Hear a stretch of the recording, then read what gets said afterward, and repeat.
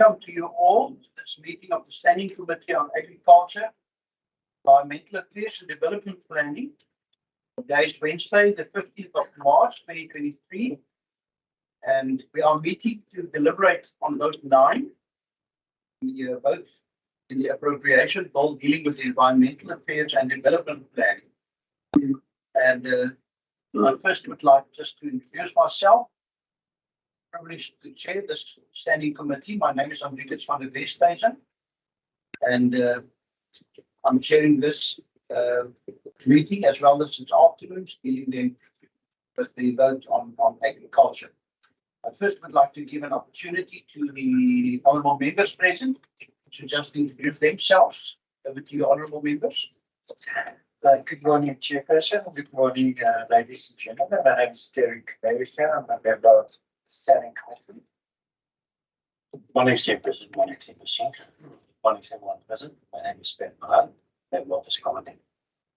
Thank you, and warm welcome to you, honourable members. I've received an apology from Honourable Sean August, also a member of this committee. And then I've just been informed that Honourable Kayla Murray is running a few minutes late, and that she will be joining us during the course of this meeting this morning. And now I want to give the officials. So nice to see you all again in person. And thank you for a very considerable group, that you brought here at HMB. I would like to just give you an opportunity to also introduce yourself. If you wouldn't mind just stating your name as well as your position for the record purposes. Fortunately, I think we do all know the NEC, but perhaps if you don't mind starting with yourself for the record. Thank you, Chairperson. And on the help and safe for morning, Chairperson, honoring members, colleagues, Trevor, and look forward to the county council. Good morning, Chair. Good morning. As the Chief Financial Officer.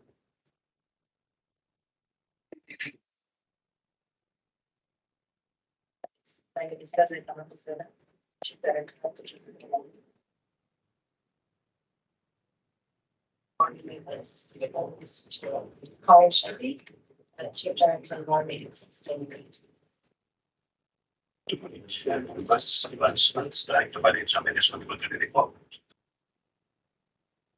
Good morning, honourable members. My name is Izzy Albar. I'm the CEO of Provincial. Morning, founded by CFO of Provincial. I'm one of the board directors in the Teaching and Operational Support. Good morning, Chair and members. Dr. Bronson, Chief Director, Environmental Quality. Good morning, Chair, honourable members, and fellow colleagues. Salim Haider, Director, Vice Management.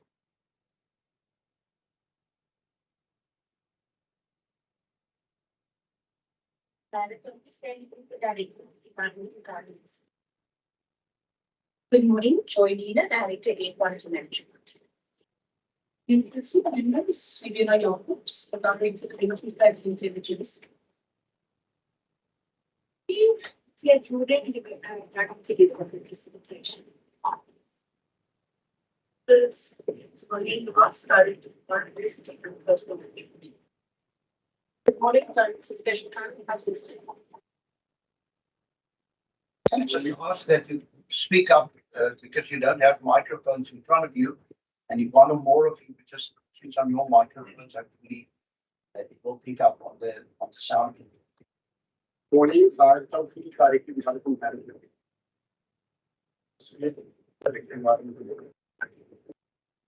When you change transfer based on the policy program, and you people are also practically policy to action.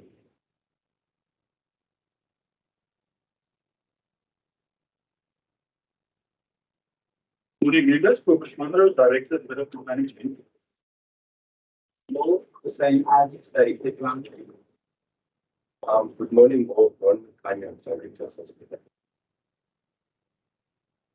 Thank you very much. And we also received a number of apologies from departmental officials, which will be reported in the minutes. Thank you very much for something that as well. Honourable members, We are now going to give the Minister and the HOD an opportunity to make some opening remarks regarding the voting, and then proceed to a formal presentation of the vote and what you intend to do with the money allocated to your HOD. And then there will be an opportunity also for members of the public, although we didn't get an indication beforehand, but we'd like to pose some questions to you. And then obviously members will also have an opportunity to interrogate the vote and the relevant pages in the what we call the blue book, in the estimates of provincial revenue and expenditure. And we are dealing with pages 377 to 433 in this manual that we've received. Over to you, Minister. Thank you, Chairperson, and thank you to the committee members. Thank you for the opportunity to present the 2023-2024 appropriation budget for the Department of Environmental Affairs and Development Planning, as well as the conservation of nature. The appropriation budget reflects an amount of 299,560,000 rand for the department and 306,742,000 rand for Cape Nature for the 2023-2024 financial year. Chair, when you open the newspapers, listen to the radio, switch on the TV, or scroll through the news feeds on your cell phone these days, there is almost always something about the environment. Just last week, on my way to town, a climatologist on Aerosphere explained how Cyclone Freddy is a one-of-a-kind cyclone. It is the first tropical cyclone that passed over Madagascar, made landfall in Mozambique, then returned to the ocean, intensify in strength again, and then makes landfall again over Madagascar, and then returns to Mozambique for the second time.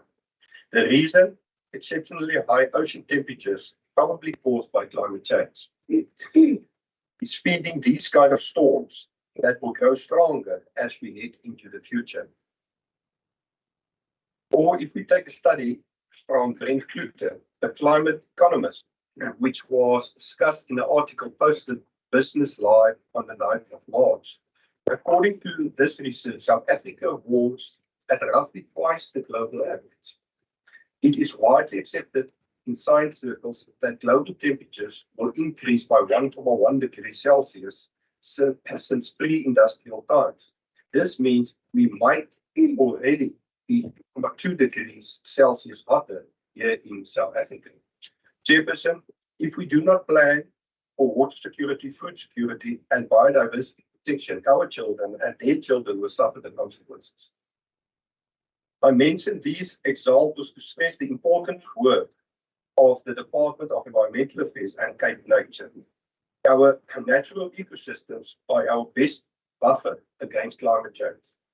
The current economic cost of managing and protecting our natural resources will be incomparable, small to the measures against the future cost to grapple with climate change challenges. Honourable Chair, it is in that frame of mind that I now hand over to my HOD, Gerrit Gerber, and the CEO of Cape Nature, Dr. Ouma, to discuss and table the budget in greater details. I thank you. Thank you. Thank you, Minister. Thank you.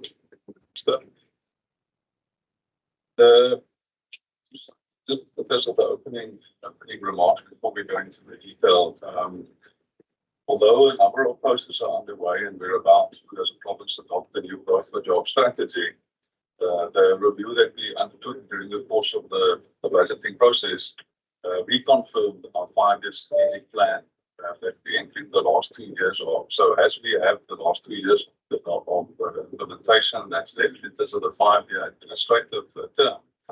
And from the review of our previous performance and the emerging needs and risks and also opportunities, the focus in terms of where we are is on implementation and delivery. So we were specifically considering the service delivery demands, our core mandates, the risk to those services, and with the citizen front of mind in terms of and at the center of our concerns in terms of the many mandates that we have that directly speak to the human rights issues. And therefore, the strategy adopted in terms of the budget and where we put the resources is the direct response to that. In terms of the service delivery priority areas, those risks that have been identified during the process, and also as was tabled yesterday, the budget day, there's a number of new risks that we have to deal with. And our department plays a key role in a number of those initiatives. So, and I'll go into some of the detail as we look at the budget. So in terms of where we're at, we are trying to make that shift also, where we're saying you have 2 years left of delivery against the 5-year strategic plan.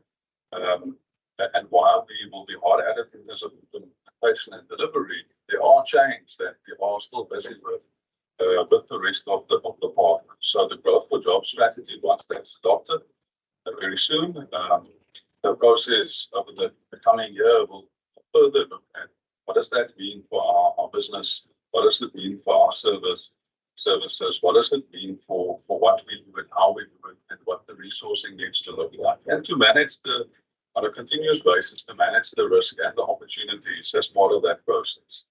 There's a number of things that we will highlight that's already in the budget in terms of the things that have already been decided through the process that we've just gone through. And then there are things that we're still considering as the strategies are finalized and as we gear for the year ahead and on the remainder of the 2-year term. But to thank the Minister for Minister's leadership, to thank the CEO of Cape Nature and the Cape Nature team also for the budgeting process that got us to the allocation of the budget, and then of course my CFO and the entire departmental team. There was a lot of uncertainty during this process in terms of the evolving and the emerging strategy and all the emerging risks that we also had to deal with. But we now have our budget allocation, we have our annual performance plan for the year ahead, and now we can focus on implementation in the delivery as we go into the new financial year. Just to highlight, to also thank the Provincial Treasury. It was not an easy process. There were multiple considerations, and of course, we as from the line, we were making our case in terms of our areas that we're responsible for, but we were also with the rest of the votes looking at the strategic risk for the province and the priorities, and in trying to best to inform that process. So we also thank the Budget Policy Committee and the Treasury for the process that we've gone through and the allocation that we did receive. With that, I want to ask the CEO of Cape Nature whether she has any opening statement comments before I go into the detail and go through the summary document that we provided.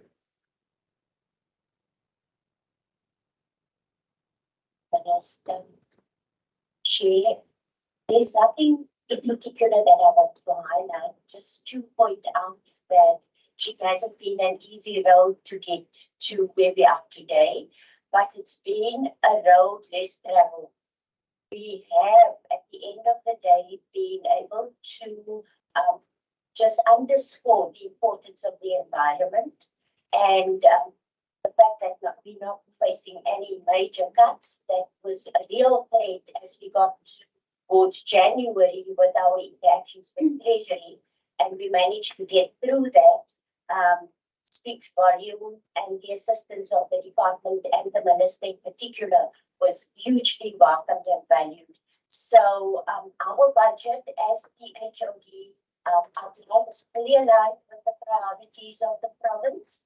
We have our 4 programs, our focus on biodiversity conservation, and that also being an entity, notwithstanding the responsibility of us also to generate some income to lessen the burden as we go along, given the current state of our economy. So with that, I hand it back to you. Thank you. Thank you very much, Dr. Kumar. And welcome to the Honourable Murray. You did note that you will be joining us. However, would you like to hand over to Mr. Mshwana now? I'm going to go through the summary document. I highlighted a number of issues. There's obviously there's a lot of detail. Members will ask questions, so really just to highlight a few things from the summary document. As this Dr. Omar just indicated, because of the fiscal pressures in the country and in terms of the province, in terms of the budgeting process that we went through, the process was asking the question about what are the core mandates of each vote and those basic service delivery pressures that each vote is responsible for, and how do we firstly ensure that we maintain that core services, the citizen-facing services. So our department have many of those legal mandates, as are set out in our programs, and as it's clear from the budget also, and as Dr. Omar touched on, although there were cuts made across votes, we maintained our baseline allocation, and we in fact received additional allocation. Yes, we would have wanted to receive more additional allocation, but because of the pressures, we will do the best with the allocation that we have received. So I just want to highlight the increase in the additional allocation of the budget is the increase of 30.7 million in terms of the first year. And if you look at the breakdown of where that additional allocation is coming from, there was there's the conditional grants in terms of expanded public works. There's the carry through in terms of the cost of employment and the nationally agreed increase there. But then you'll see there under the additional earmarked allocations, you'll see that the OSIP program received additional funding. So this was a concern throughout the process. We historically have had great success with this program that we were asked to take over 9 years ago. And the risk was that the allocation to the program was becoming less and less in spite of the success of the program. As per the annual implementation reviews that we do of the program and the external evaluation that was done of the program, this program directly touches the lives of communities. That's a direct impact in terms of social transformation. So this was very welcome in terms of additional allocation.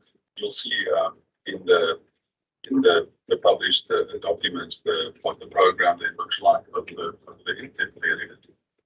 In terms of environmental impact assessment, as we shift from recovery from COVID into growth and not mere recovery, and we take forward the growth for jobs strategy, ease of doing business is a key focus for the Western Cape government, and one of the particular areas being focused on is environmental impact assessment. There's a whole range of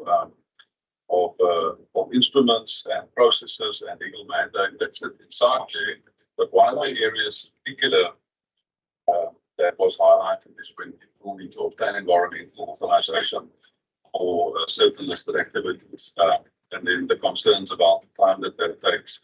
And as Minister always highlights, we highlight the same, that this is not red tape, it's due process, it's the democratic process of people have a right to be heard and to raise that those interested affected parties and to raise their concerns, and through that process of consultation and assessment and option analysis, be able to manage the risk to communities and manage the impacts both of the development on the environment, but also of the environment on the development.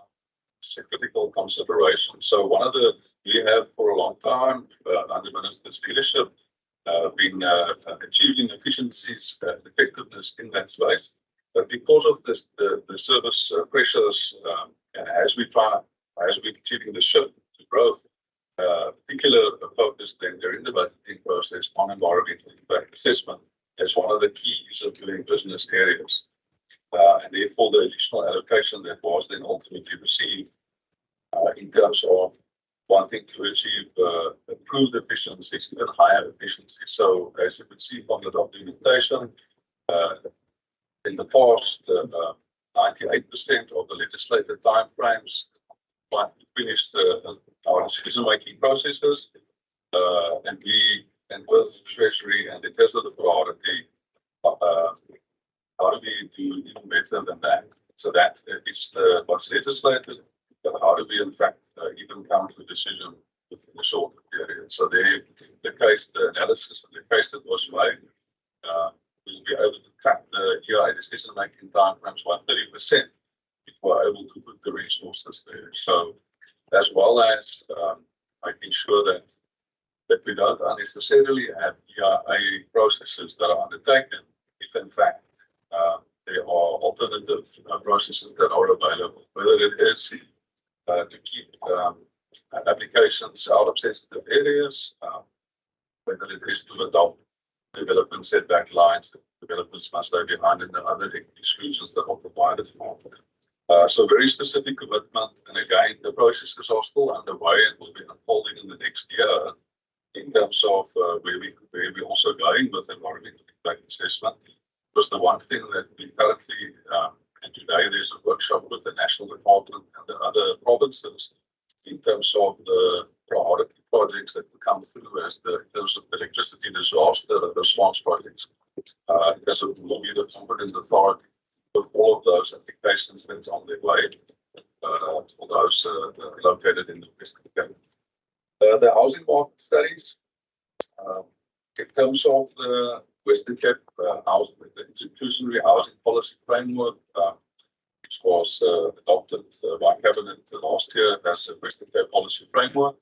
That framework was always to create a framework within which municipalities must develop their municipal inclusionary housing policy, and in terms of their land use management systems and their instruments, put in place the planning in terms of the specific areas of the policy. So in order to further support that work, which the framework now frames, we successfully motivated for a second round of housing market studies in order to better assist the specific areas that are being looked at in terms of round two, but the insights, the data gathered, and the lessons learned are shared with all the municipalities. So that was also a specific additional allocation to do around the housing market studies. Waste management remains a priority. These are the additional allocations. Of course, the waste allocations have been maintained. It is a provincial priority area. The Minister and the Department have highlighted this priority area over a long time. And therefore, we again motivated for the importance of this area, and we did receive some additional allocation, as you can see there, the 5 million additional allocation that have been received in terms of waste management. And then the last one is the 3 different things grouped in there. The one is the proactive screening of the school sites. This is a priority for the communities, for the municipalities, for the Western Cape government, and you see it in the Department of Minister of Education's about. But our department play a key role that even if there are projects being proposed by the Department of Education, we are the regulatory authority in terms of environmental impact assessments for those sites. And if you don't timely screen the sites and again explore the options, you can unnecessarily delay yourself by between 2 and 26 months, as we've seen from the practice. And therefore, in consultation with education, the motivation that in terms of us supporting the delivery, in terms of the accelerated delivery, in terms of the school program, classroom program, additional allocation successfully motivated for to proactively screen more than 1,500 school sites in the province. Related to that was also to spatially map and digitize our historic records. We for many years have been working with National Department and the other provinces on our national system. and in anticipation of what the national system should have been able to deliver in terms of integrated GIS link and linked to all the reports and the decisions, that system, the national system's capability is still not there. So we were digitizing our records up to 2006 in anticipation of being able to put it into the national system. But when the national system then didn't have that capability, we stopped doing that, held back 2006. And now we are proposing to complete the record from the 2006 until now, then to maintain the record forward, to digitize, link it to GIS, so that we are in a better position with education, everybody else, in terms of better intelligence, as the information and the process is already undertaken. That's once off 24G. It's the same as the EIA, where it's a critical process. It's the only process through which someone have unlawfully commenced, through which they can try and, after the fact, obtain environmental authorization. And there we also saying that we want to make sure that there's efficiencies in that process. It comes with all the punitive measures in terms of administrative fine that must be paid. We don't have any discretion in that regard. The legislation is clear. There are no legislated timeframes in terms of 24G.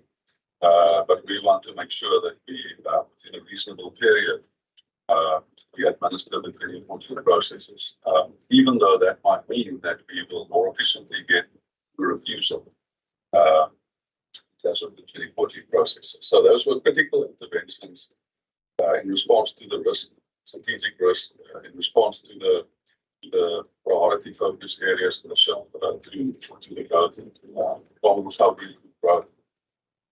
In terms of the classification, we do highlight the fact that this is obviously a key part of the ongoing discussions with Provincial Treasury and everybody else. The fact that the percentage, in terms of the classification, our percentage of our budget, that 80.6% of that is going towards cost of employment, versus the rest of the budget that's then available in terms of goods and services and our operational funding. And as we've highlighted all along, it's not a result of that we have too much cost of employment money. It's a result of having too little other budget. In other words, we don't have the budget to do more projects. We don't have, and as we had in the past, we don't have a budget to do all the operations that we would also like to do in addition. And therefore, relative to what we have, the cost of employment is high, and that is with the very high vacancy rates that we've had in terms of on our structure, the posts that are not full. But it is something that we continue to manage. Went through a specific process in terms of legal mandate analysis, functional analysis, structure analysis, service delivery model analysis, that we confirmed that we're putting the resources are flowing from that. And it is something that we continue to manage as a department in terms of the strategy. Then just, we touched on Minister touched on, and you see in the documentation, the transfers, the transfer to Cape Nature, and the 200,000 each one of the 5 biosphere reserves, which get us to the 1 million transfer to biosphere reserves. There you see that the increase in terms of the Marshall program takes it to the 10.2 million for the next year. And there you can see where how that money invested in municipalities will be transferred in terms of that the implementation protocols that are in place in the project selection process. That gets part of I like the capital expenditure there, bottom of the screen. There you can see where we just highlighting in terms of Cape Nature, where you see in terms of the operations, the conditional grant, expanded public works, allocation. And there you can see that the key thing, And this was a key part of the process for all the departments and for all the entities to look at our vulnerabilities and the risk in terms of the load shedding, but also in terms of other risk. Specific process that was underway as part of the water budgeting process that specifically look at how do we manage those risks, what is the budget that we need to put on that. You see the allocation. And I think I'll look at that. Thank you very much. Thank you. Anybody else that would like to add that presentation?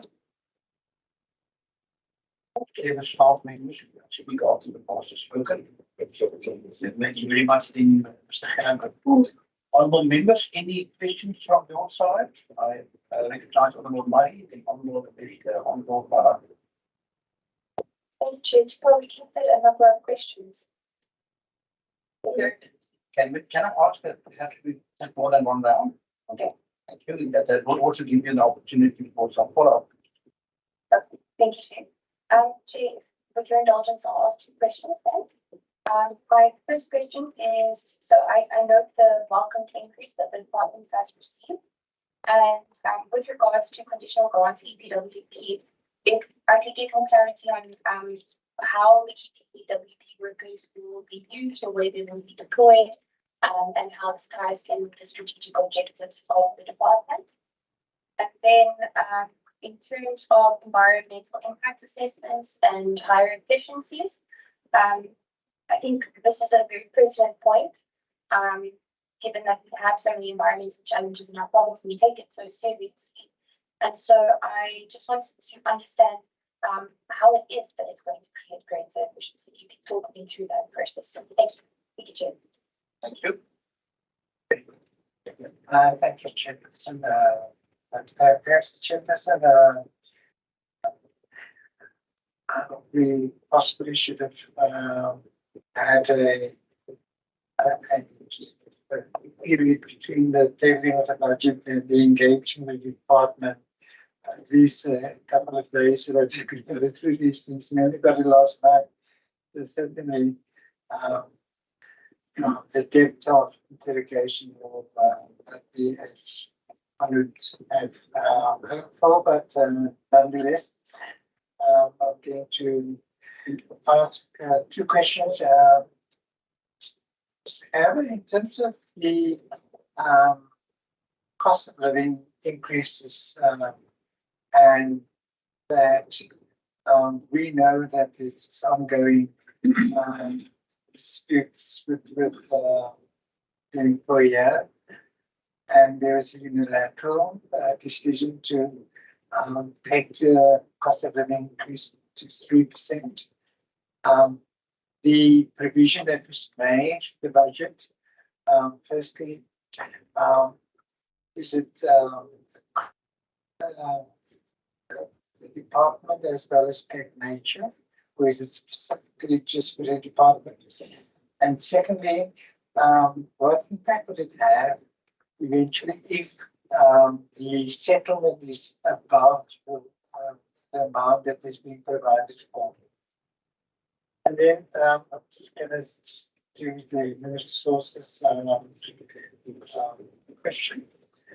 The other thing is that the cost of employment is considerably high, but given the nature of the operation, it is labor intensive because there's a degree of justification for it.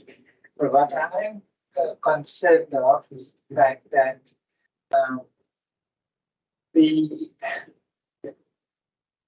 as you stated, the full establishment of the staff component is since its inception has not been achieved, suggesting that there are vacancies that are on the staff establishment that due to budgetary constraints cannot be filled. Are those critical vacancies that is required to execute the mandate of Cape Nature and the department more efficiently and effectively. And if we have been able to, as evidence over the past years suggested, that we do fulfill our mandate as required by law. Whether those vacancies should be removed from the organogram, or whether it is to maintain with the expectation that sometime in the future there may be a need to have these vacancies fulfilled. And then comes the sticking. Can I go again? In terms of the criminal investigations that has been sort of instituted against various individuals, and are there else that does is there? I can put it now. So there are external parties that against whom these sort of criminal cases were reported to the police. Are there any staff also involved in that? And in terms of the effectiveness of the process of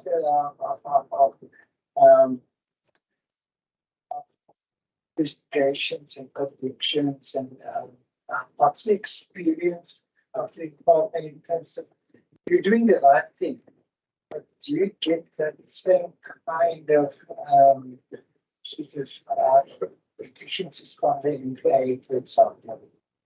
And I'll stop here, I'll come back in a second. Thank you, John. Honorable Medica or Numan? Thanks, Chair. I want to start off.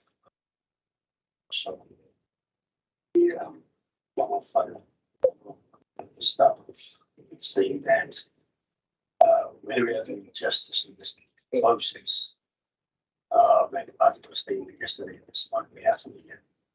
But especially when, although it's one committee, two different departments that we have to do on the same day. Also, two, we have to do every time.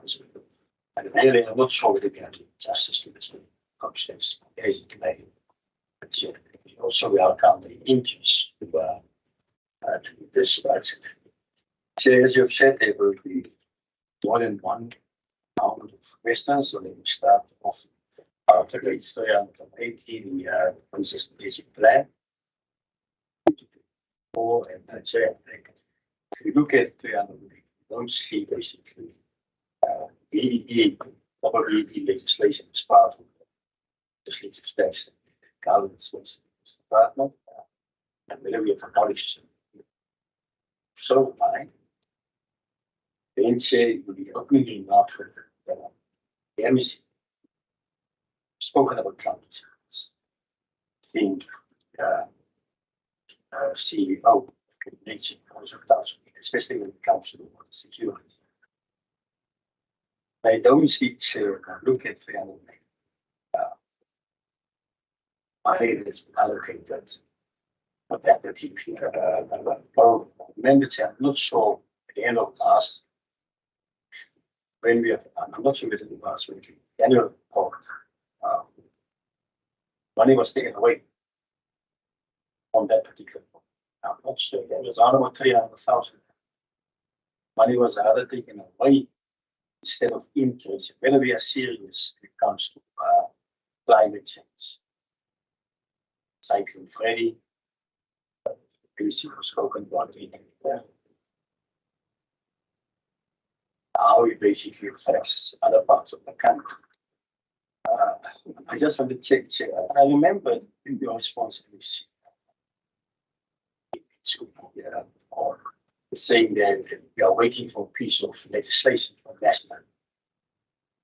Whether there is no other pieces of legislation that covers this particular state's issue of climate change Also remember when we have dealt basically with biodiversity plan,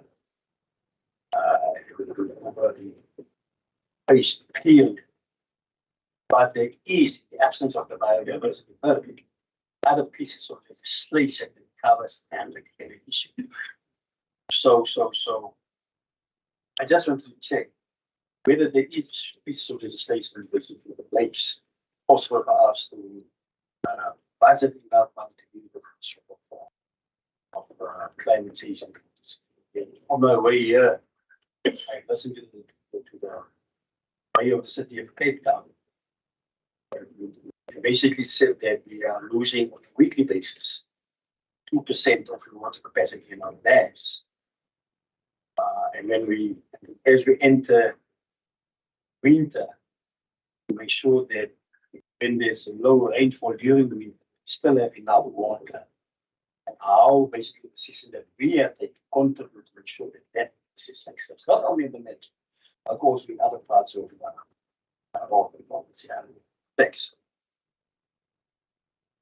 Pretty much the first one makes answer a few questions. The first one is not on the budget figure per se, but yesterday we had a presentation from Provincial Treasury, and they started off before they came to these figures by first assessing the current financial year and how expenditure is subtracted against that. And they highlighted a number of those which they felt were of concern, and what was that of Cape Nature, where they said that in terms until the end of December, the actual spend as percentage of budget was 64%. And it's my impression that was contributed to vacancies. They're always saying we have limited funded posts and so on. And yet here it seems as if there are funded posts that are vacant, that there is some underspending in that regard. If you wouldn't mind just assisting us by understanding the extent of the problem and what you are going to do, because obviously they take a look over all the entities, all the departments of this. Okay. Then, if you wouldn't mind, just on page 1, figures can sometimes not tell the full picture. Some of the increases and that those additional allocations, if you could perhaps give us an indication, for example, of the RCEP program, the extra 5 million, which I agree is not a huge increase, but it does seem to be might be a 100% increase. From my limited insight in the budget, if you could just help us with some by converting that into percentage increases. That 7% help me. That will help me a lot. Thank you very much. And then over to you then to respond.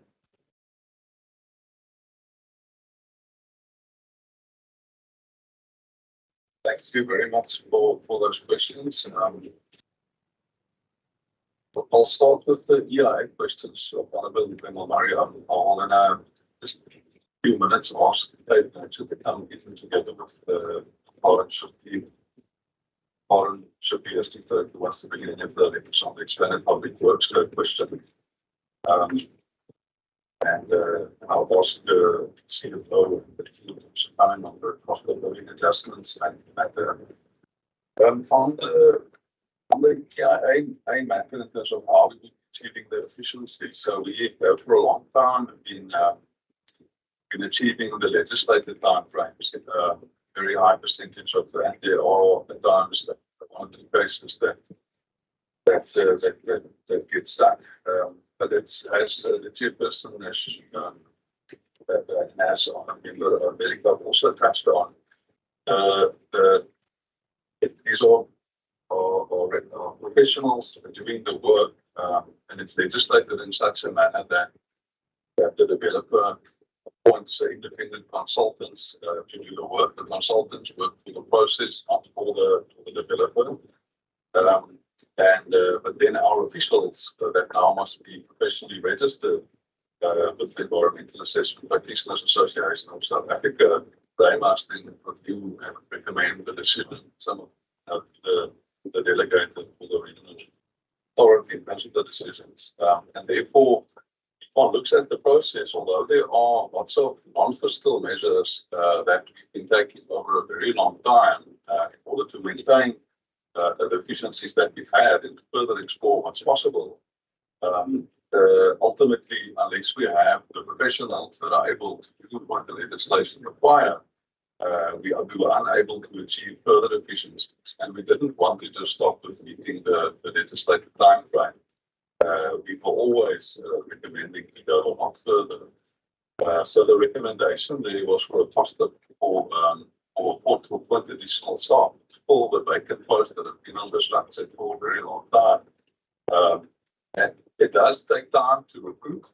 Now that we have the allocation, we're already underway in terms of getting the staff recruited. And of course, then it is about training the staff. So it does take a while for us to recruit the staff and then train up the staff. But we are going to manage that already in year one. In terms of how do we achieve that in year one?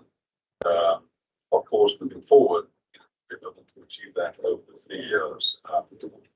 So that was without the electricity disaster projects, the discussions happening today with national, in terms of that effort that would also be required. So this was saying, if we're going to shift from recovery to growth, what's our role in that? And what would we have to do? But how do we responsibly do that? So this proposal and this allocation was from the recovery to growth, was not for the electricity project. So we're waiting to see what happens at the national level in terms of what Minister Pearson will decide in terms of the directions that she will be issuing in terms of the authority impact assessments, but also critically, who will be the authority with all of those applications. We will still have a role, even if it is national, because we would be commenting and assisting, also to bring the municipal processes closer, all the different processes that need to run. But that's what that additional allocation is for in terms of the EIA efficiencies. Also, what we've had is that it often happens that someone will be applying for environmental authorization, and then by the time they apply, the time frames kick in, and our officials are hard at it to process the applications. Often we would ask, well, why did you apply? Why didn't you shift it back by 4 meters to avoid the sensitive area, because then it wouldn't be listed? Why did you not approach us for urban area adoption, development setback adoption, stay behind the development setback, or for a maintenance management plan that are available in certain said, well, they agreed for the consultant to apply to determine whether it triggers.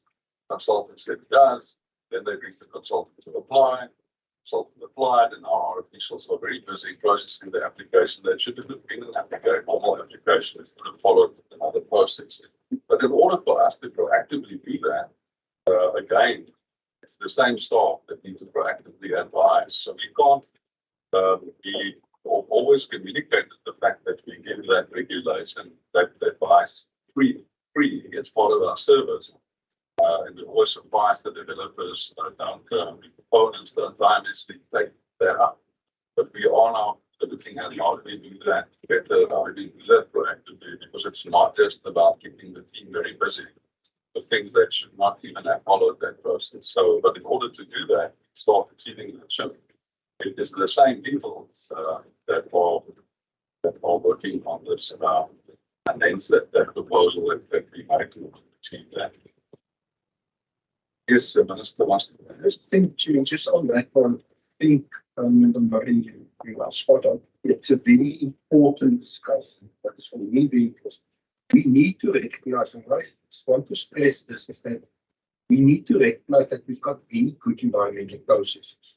Currently, we must not throw out the baby with the bathwater because we sit in certain crisis. Our whole momentum is to do things faster, because that's what people holds against us. They could take too long. Okay. Now they want to tackle the processes. I think if if we destroy that system, we destroy the future of our children. We really need to, that's the request, give us more skills so that we can come up with a system that we will rather push it faster. I mean, the old saying, like, if you take Formula 1, 30 years ago, it took them a pit stop of 3 minutes, etc. Today it's 2 seconds, but the rules is even stricter. So to protect the environment, must be very careful where we're going to change legislation, etc., because we've got very good environmental legislation. Thank you very much, Minister. Also, there is a lot of information that we share in terms of with municipalities in terms of our own planning processes, that's provincial planning, regional planning, spatial development frameworks, and all the other information that we've released in terms of the ecological information. So often when an application comes in, the developer knowingly takes it and risk that they pick the most sensitive area where the information is showing there's a wetland, there's a community that will be impacted, there's going to be traffic issues and access issues, and that's the risk that they decide to take. So we do try and as much information out there so that everybody can manage their risk, because certain processes must then follow the process. Those questions must be answered. But yes, critical focus moving forward. Just in terms of the, well, maybe I'll go to the cost of living adjustments, and then we'll come back to the expanded public works question of living on Mariki. In terms of the cost of living adjustment, the cost of living adjustment is decided by the national minister. And once decided, it's provided as a determination by the national minister. And the National Treasury forced us not to budget for it. So even though one would want to have a longer term budget provided for in terms of at least inflationary cost of living adjustment, National Treasury does not allow that.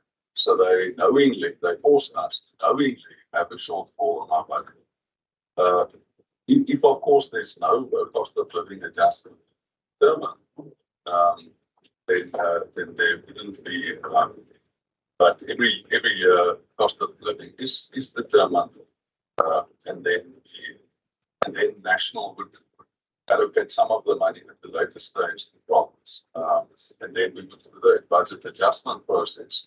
Then have to then provide for that if our department, our vote does in fact get our portion of what is allocated. But it is a risk that we forced to then take in terms of not being able to budget for that the way we want to budget for that. So yes, there is a risk, and the fact is that once that is determined, we then have to provide for that.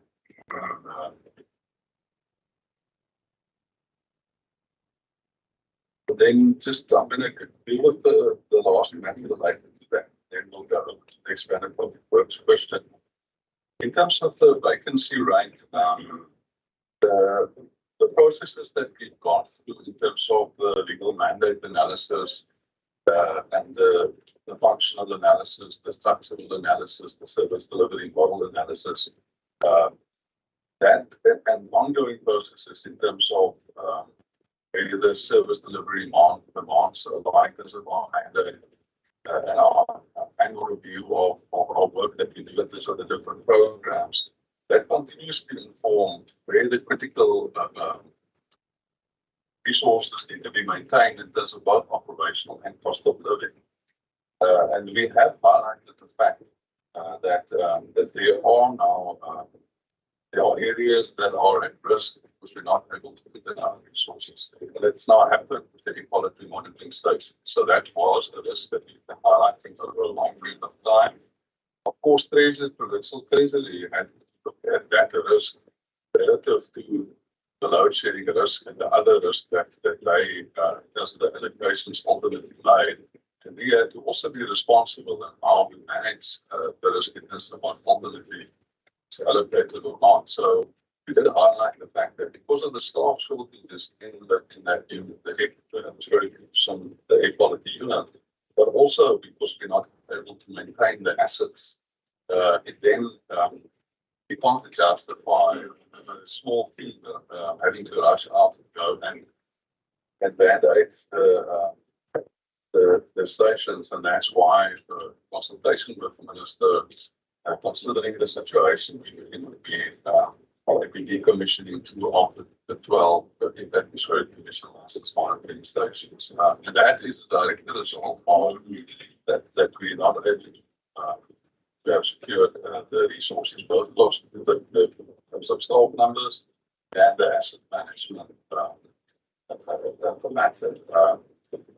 But this is part of the ongoing discussions with the Treasury and with other partners to specifically look at what do we do moving forward. We've also raised this with national, because national is one of the resources to the South African Weather Service.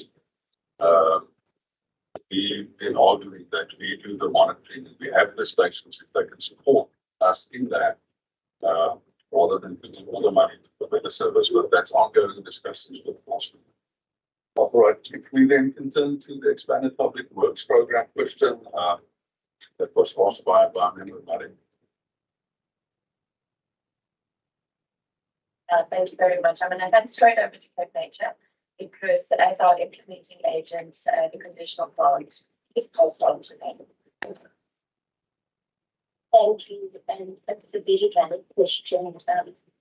If we look at the CPWP grants and where they are used, the deployment of that, and how it links to the strategic objectives, if I understand the question correctly, it is so that these EPWP also staff that we employ, jobs that we create via the EPWP program, is often for employees in the most vulnerable areas. Our reserves are spread back through the rest of that, and it's more than like 90% in poverty or vulnerable communities. So jobs are created in those areas for the community members coming in and around the nature reserve. So yeah, and the type of work that these staff members do ranges from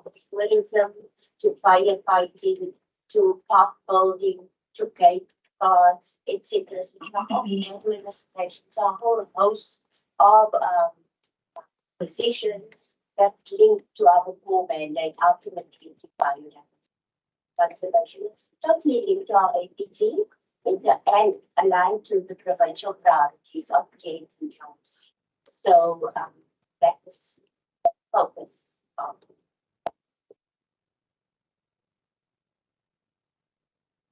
Thank you very much. The next question was the criminal cases. So there's no staff implicated in terms of criminal action against staff, but this is a critical area of focus. So one looks at the number of compliance inspections, and one then looks at the number of administrative law enforcement actions that flow from that. It's that work that then prepares the cases that can then be handed over to the National Prosecuting Authority. And yes, it is a concern that as we are referring matters, the matters are not appearing in court. So the criminal case against the local West municipality that have been handed over and that has been agreed by the prosecuting authority to prosecute, that is one of the number of criminal cases handed over to the NPA for local West municipality, that none of them have yet been, don't have a date yet for what it would be. So it is something that is receiving attention in terms of us all making the case also through the sector engagements that we ourselves are looking at this area of work in terms of the environmental law enforcement. That's so important, but if that doesn't ultimately result in successful prosecutions, then of course some of the not getting enough track. The administrative law enforcement action is of course important. It has a measure in itself, and a faster measure through the administrative measures, not through the criminal sanction court decision already try and address the situation. And then we also the linkages between the environmental law enforcement and 24G. So if we increase our environmental law enforcement, then we should see an increase in the section 24G. There's no guarantee that someone who applies for 24G, the criminal part and that continues.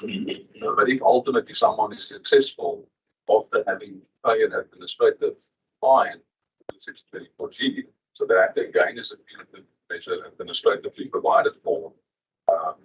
That at least we have that while we're waiting for case. But yes, the numbers are not, the court cases aren't being heard fast enough. In terms of the members, Maran's question on the triple BDT, I'm going to ask the CEO, CFO to come in on the matter. Thank you, Chair. As a with the plan, development of the triple BDT function. Thank you. What is reflected in the budget documentation are the core legislation pertaining to the core business of the departments for the environmental and the land legislation. We're not reflecting the administrative legislation within the budget documentation. We are still adhering to the OBWE Act, which just in January, February implemented in 22 and items to the regulations also. So it's not that's been taken into account. Thank you.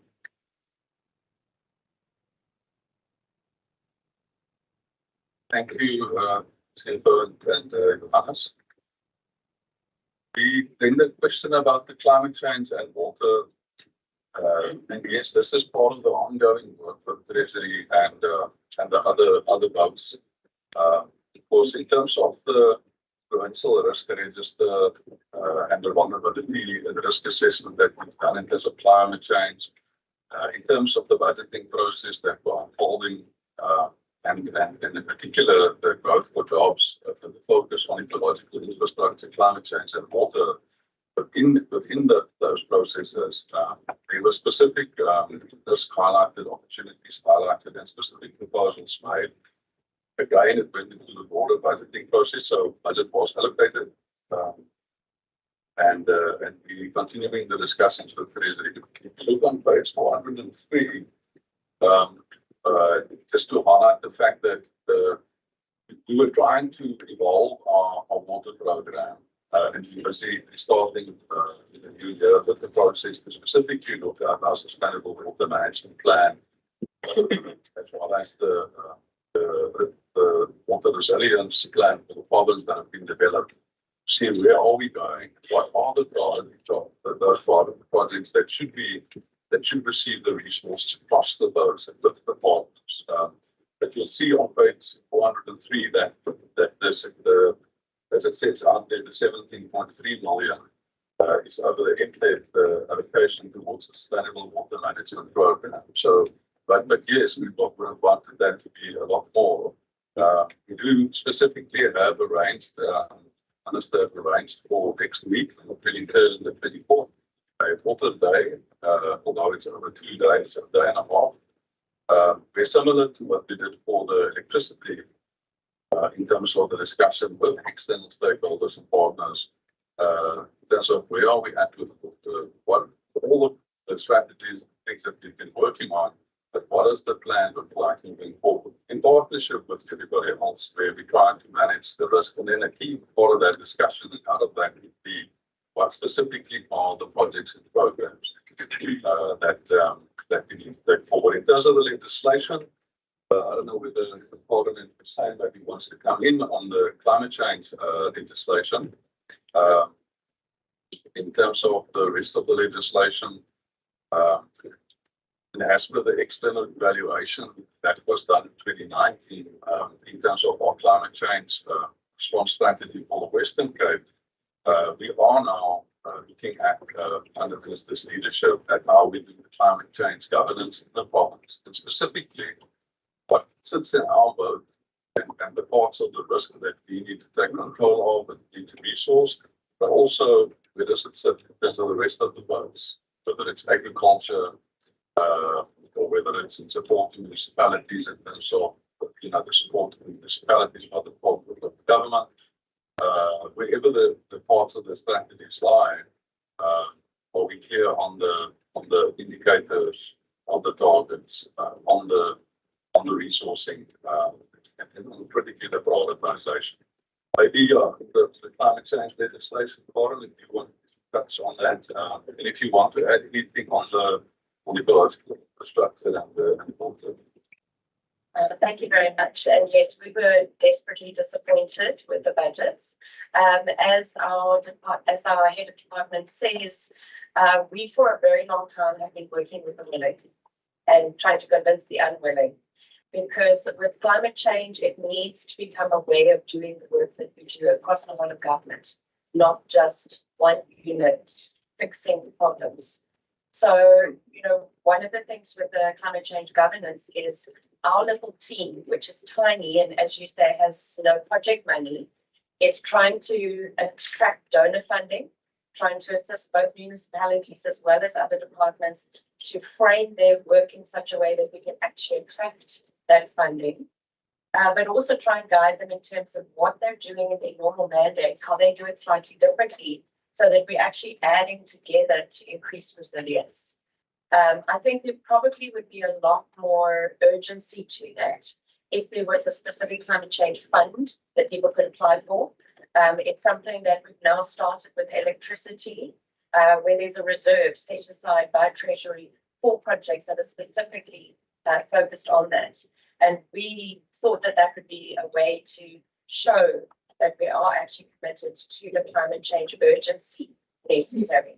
But at the moment, we're very much working with our partners, working through those strategy processes that HOD has mentioned to make sure that some of those big ticket items, whether it's in health, whether it's in infrastructure, whether it's in agriculture, then all of those are making sure that some of their monies are actually allocated both to ecological infrastructure as well as to climate change responses. So you will probably be familiar with the Smart Agri program from agriculture in terms of their climate change response. They're probably our rock stars at the moment in terms of leading the rest of the departments. Can we do more? Absolutely. If we've got the budget, we'll be able to do fantastic projects.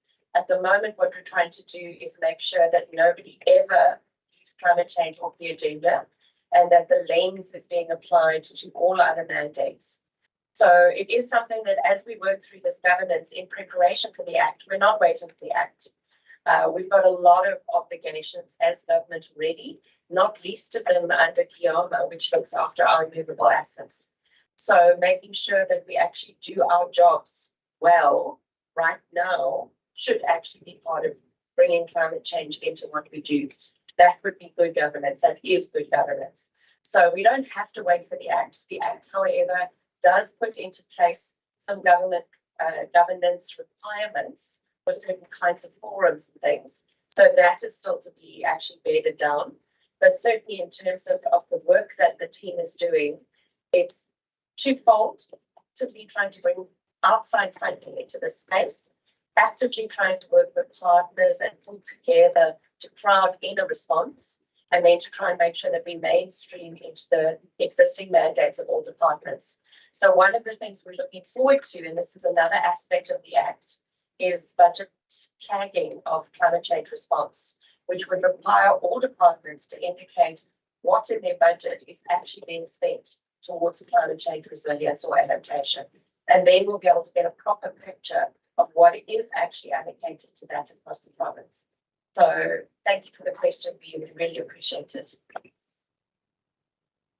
Thank you, Karen. I'm going to ask François, is the program manager for also coming on the question Chair, in terms of the increase, percentage increase, what was the regional allocation, what was the increase, and also the transfer to the municipalities. In terms of the question before that, in terms of tracking of expenditure, I'm going to also get to come in on the question specifically asked. We were not highlighted as the department by Treasury. Of course, we on track and we checking in terms of what we have, but just to also take the next time, I think it's something as of we were at the end of December and we were on now. Thank you.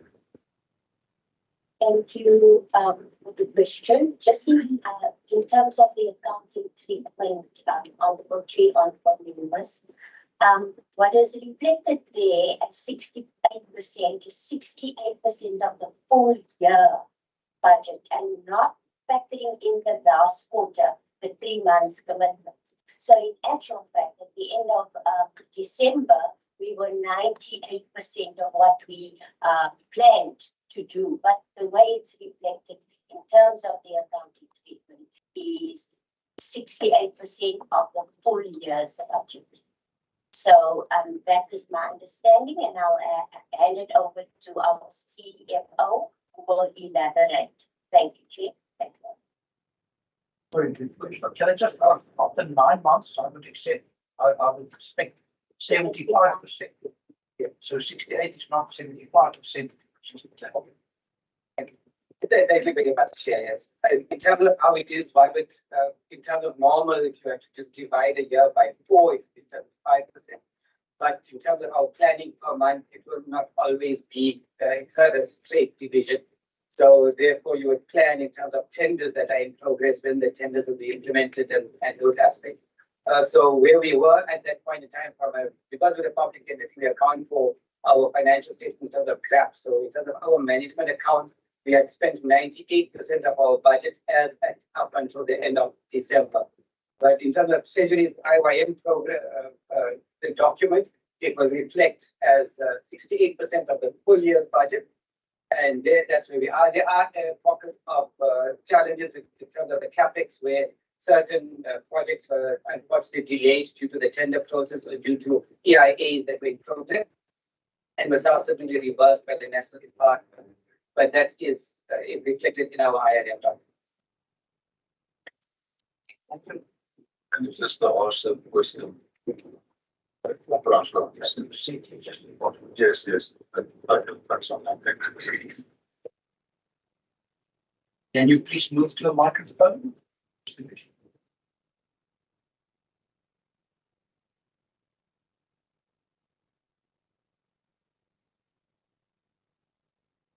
you.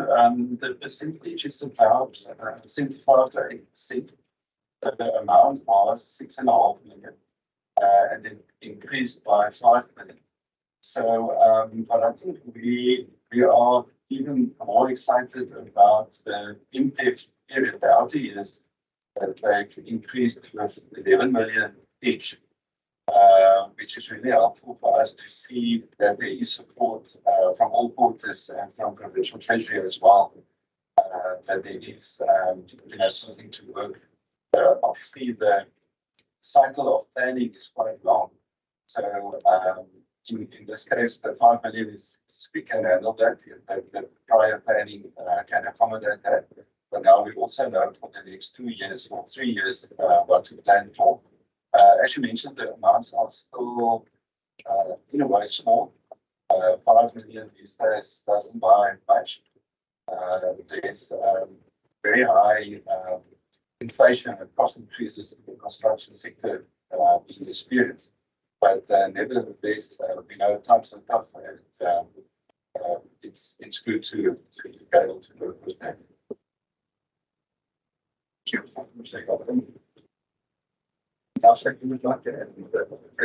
Thank you, honourable members. There's therefore an opportunity for a second round. Can we again start with honourable Murray? Thank you very much, Chair. Chair, my third question with regards to waste management, I just wanted to get a sense of what support is being provided to municipalities.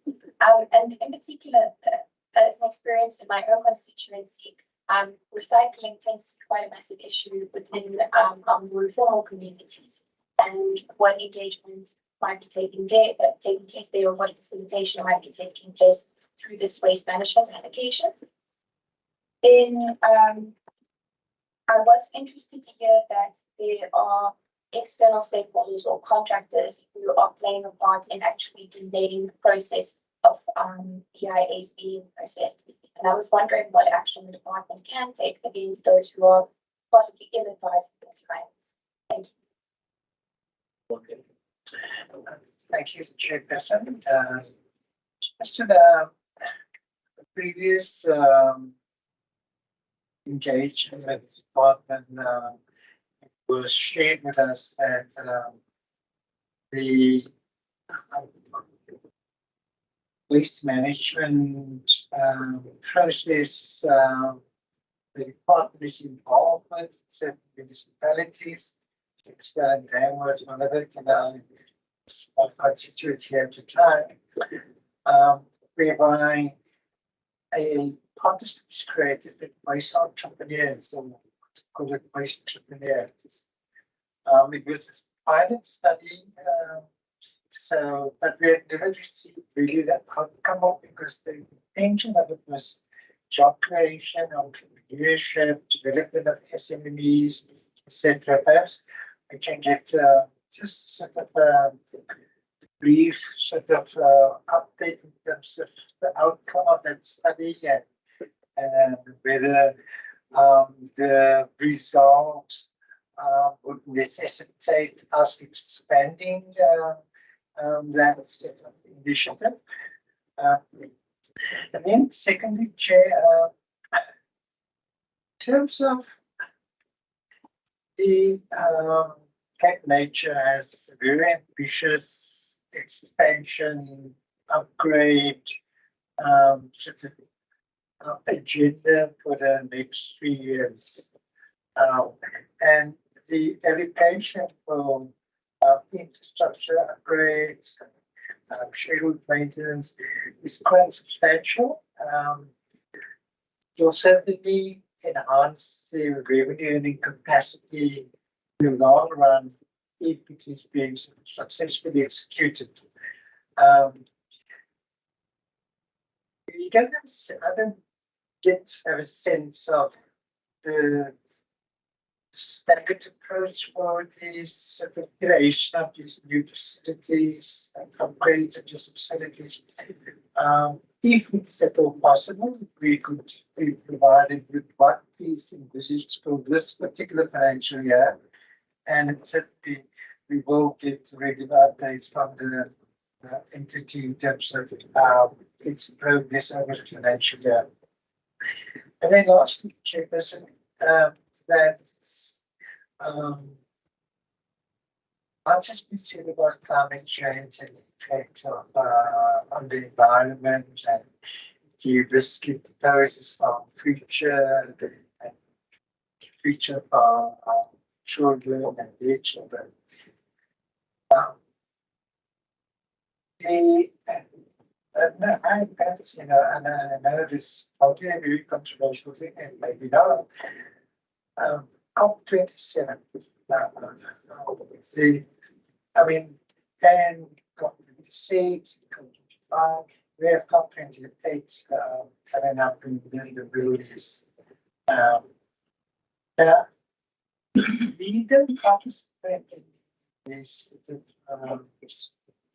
platforms where we could, and I know, that justification may be advanced, it's expensive, and probably use the money for paving the sidewalk, whatever the case may be. And it provides an opportunity for our people to engage with their contemporaries and to change and create network opportunities that could possibly, in the long run, benefit the rest of the Cape part of this. Is it perhaps consideration that we should, the department should consider participating in these sort of international fora where it can possibly just benefit the department. Thank you, Chair. Thanks, Chairperson. And all thank the responses that we got from the first round of questions. Yeah, we are not waiting for business. Also, Mr. Assembly water. Not now, maybe, but in the later states that we see basically the earlier started. And we know, for instance, our experience in the Matsukama area. And then these particular problems to those areas. Just follow up on some of the questions shared, especially with the RCEP, the increase of 7%. So you can see more or less the new money that we have received in terms of the interest rate bank portion. Because you can see, you look at the main budget, that where there was no budget for particular areas and where it is now. So more or less you can see with 4 or 5 million. But there's some other areas. There's a decrease. And one would like to understand why. The reasons that's been given by municipalities, why it was not, why money has been taken away. It might not be the reasons why they not have spent these particular monies. We want to see because there's your Swartland. I can stay 100% on the main budget up to now. It's really good spend. But it says 100% of this money. And then Cape Nature. And we've spoken about this previously. If we look, for instance, on page 22, strategic focus, and the concern that's been raised by members about the vacancies currently exist. We have also spoken about senior level. Your calendar. It comes to applicants, it reflects zero. Remember, we have spoken about it last year. Meaning that when there's a zero, not even find it necessarily go and find it that person there. And I, for instance, said that that particular states, if there was someone, also what you want, Canada, Africa, and you could not find the person, that will not be fine. I've said that. But if there's a zero, it means you can cater for that. And I hope in terms of your strategic objects, that you look at your organogram and at the next annual report meetings of the economic again, that we see this progress in terms of that. Because if you look at page 22, you see the MEC, you see the Cape Nature Board, you see CRO and the from Chief Financial Officer at the senior level doesn't reflect the citizens, all citizens of the Western Cape. And I'm hoping that we will look at that. Then, Chair, one new question. If you, for instance, look at page 426, allocations. I don't know, not page 26, at page 4 to 8, table X5. And it speaks to municipal payments and estimates like this. Local municipality. We don't see certain municipalities listed there. You don't see local affairs. Laingsburg is there. Leisner is there. But Laingsburg and Leisner don't have, it seems they will not receive anything. Beaufort West is not there, meaning they will not receive anything. And I don't want to come to any conclusion. Let me see. I don't want to come to any conclusion in terms of who is governing those municipalities, and therefore they will not feature here, or there is no budget for them. Laingsburg, for instance, Leisner and Beaufort West, Just to get an explanation, what is the reason why they want to list it, or why there is no specific budget or allocation to those municipalities? Thanks. Very much. So I want to link on to what Honorable Maran has asked. Perhaps if you could just expand as to what money, for what purpose do you transfer money to municipalities? I do know that the architect program works very closely with local governments, and quite often it's been used as a leverage to try and lever more money. So that eventually the projects run into amounts far bigger than the relatively modest contribution that we are able to make. But then secondly, I think we also know that the EC is also the EC for local government. He knows that the difficult circumstances on which the government is operating. Perhaps if you could just help us, because in terms of environmental impact, as well as spatial impact, our municipalities are very important to us. Something. And then the last question from my side on this.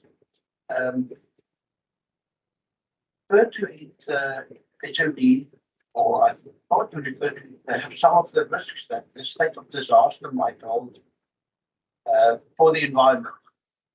And we've seen that Minister Barbara Creasley has been up to now relatively firm on the application, and we do know that Saldanha Bay, we know the sensitivity of the Namibon Lagoon from an environmental that perhaps using huge amounts or volumes of diesel, etc., to generate electricity and transferring the fuel to the ships, etc. I fear that may hold some risks for the environment should something go wrong. Perhaps you can just expand on to what extent are you aware of the risks? To what extent have you been informed of these applications? To what extent has the province been able to comment on these applications to date? And to what extent are we being sidelined and our wings being closed by the state of disaster? Thank you very much. Looking forward to your responses.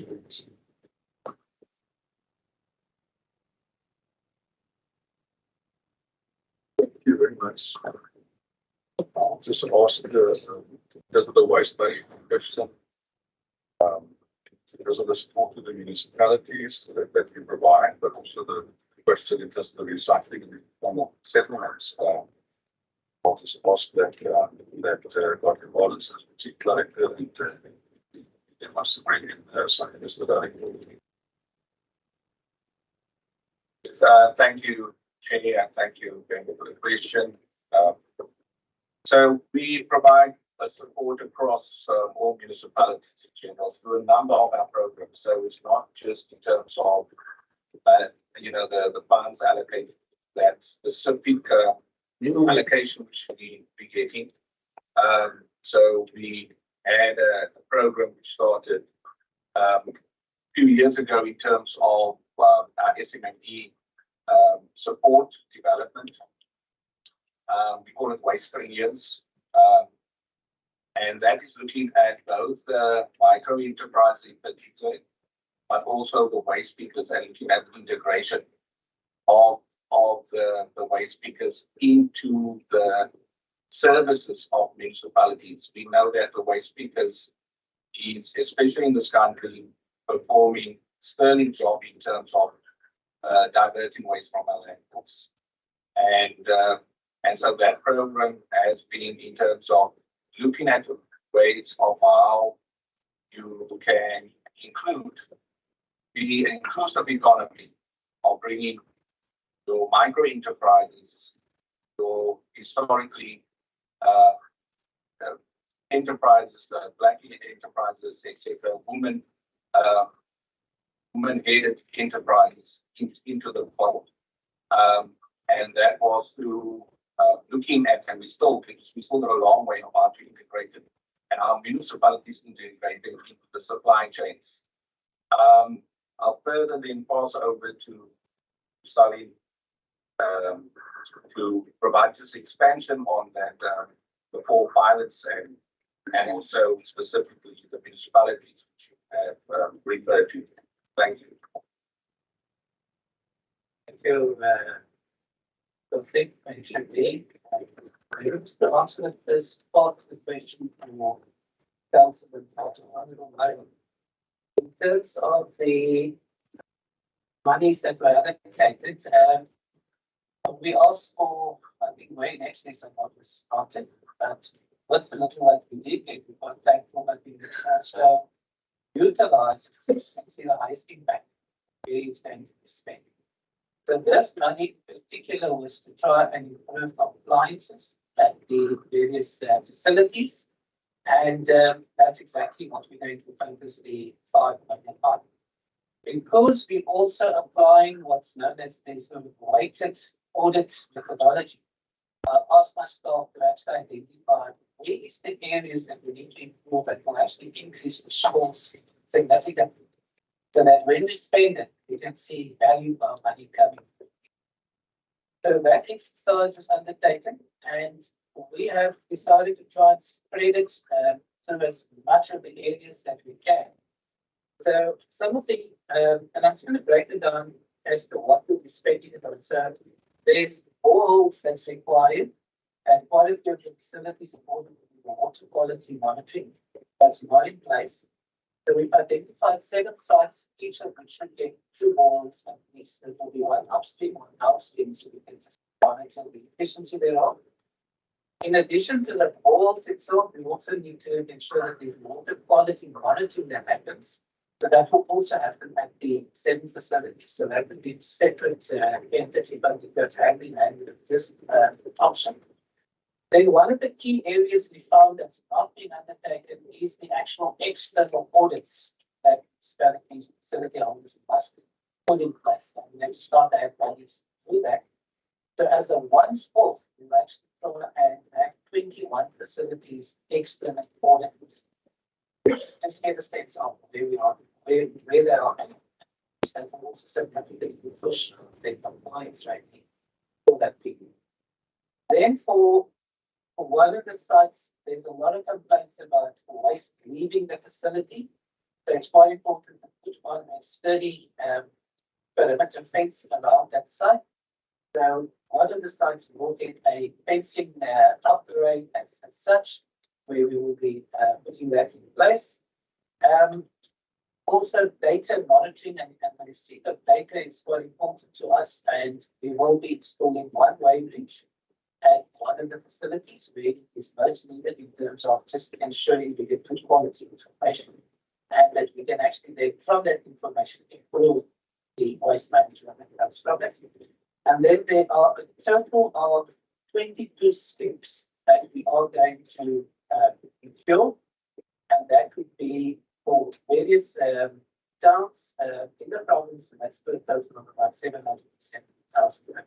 So that's the sort of breakdown in terms of what's the important to try and just get the maximum, let's say, score changes in terms of where these audits are, and also where the risk would be minimal in terms of being able to achieve that.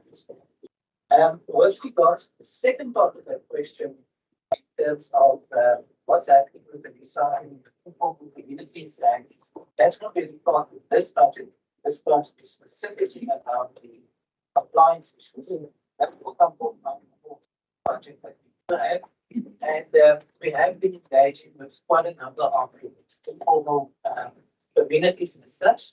So that comes from our waste policy and organisation section. One of the key areas which they're engaging on is the area of co-create and basically try and get the inputs from the communities rather than we go to them for solutions. So this is really one of the sort of key areas that we are trying to sort of get that turnaround so that we can get that support from the kids. So you tell us what we must do to help you achieve the outcomes. So there's quite a few areas that have been undertaken. I think in this current financial year, they're doing this at the leadership community in the Cedarburg municipality. It's been undertaken, and last year they were in Nelsport, which was close to about the best. So we're hoping to try and get to as many of this as possible.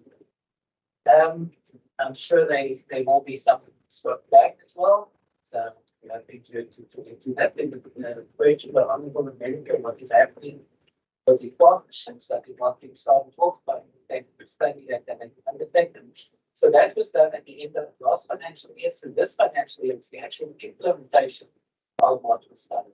So they have, our team has been going around engaging with the various ways, the management officers. So there's 4 municipalities that were involved with this, Rapidstein, Peppermint, Hudson, and Swamptown. So they have been going around to monitor. It's obviously slow progress because just to get the groundwork foundation going with them, that's going to be sort of key. So it's not a linear sort of stepwise increase. But the feedback I got from my team was that it's promising. We're getting there. They're slowly engaging with the sort of local sectors. Big things followed up. Where it seemed like the focus was going towards waste of energy, but there's a good opportunity here to actually try and get that small scale recovery. So there has been some big progress and then, yeah, I'm not sure there's anything else, but I think that's most of the thanks. Thank you very much, Chair. I think one of the nice question about what action can we take against the environmental assessment practitioners if they're not properly advising the developers, the proponents.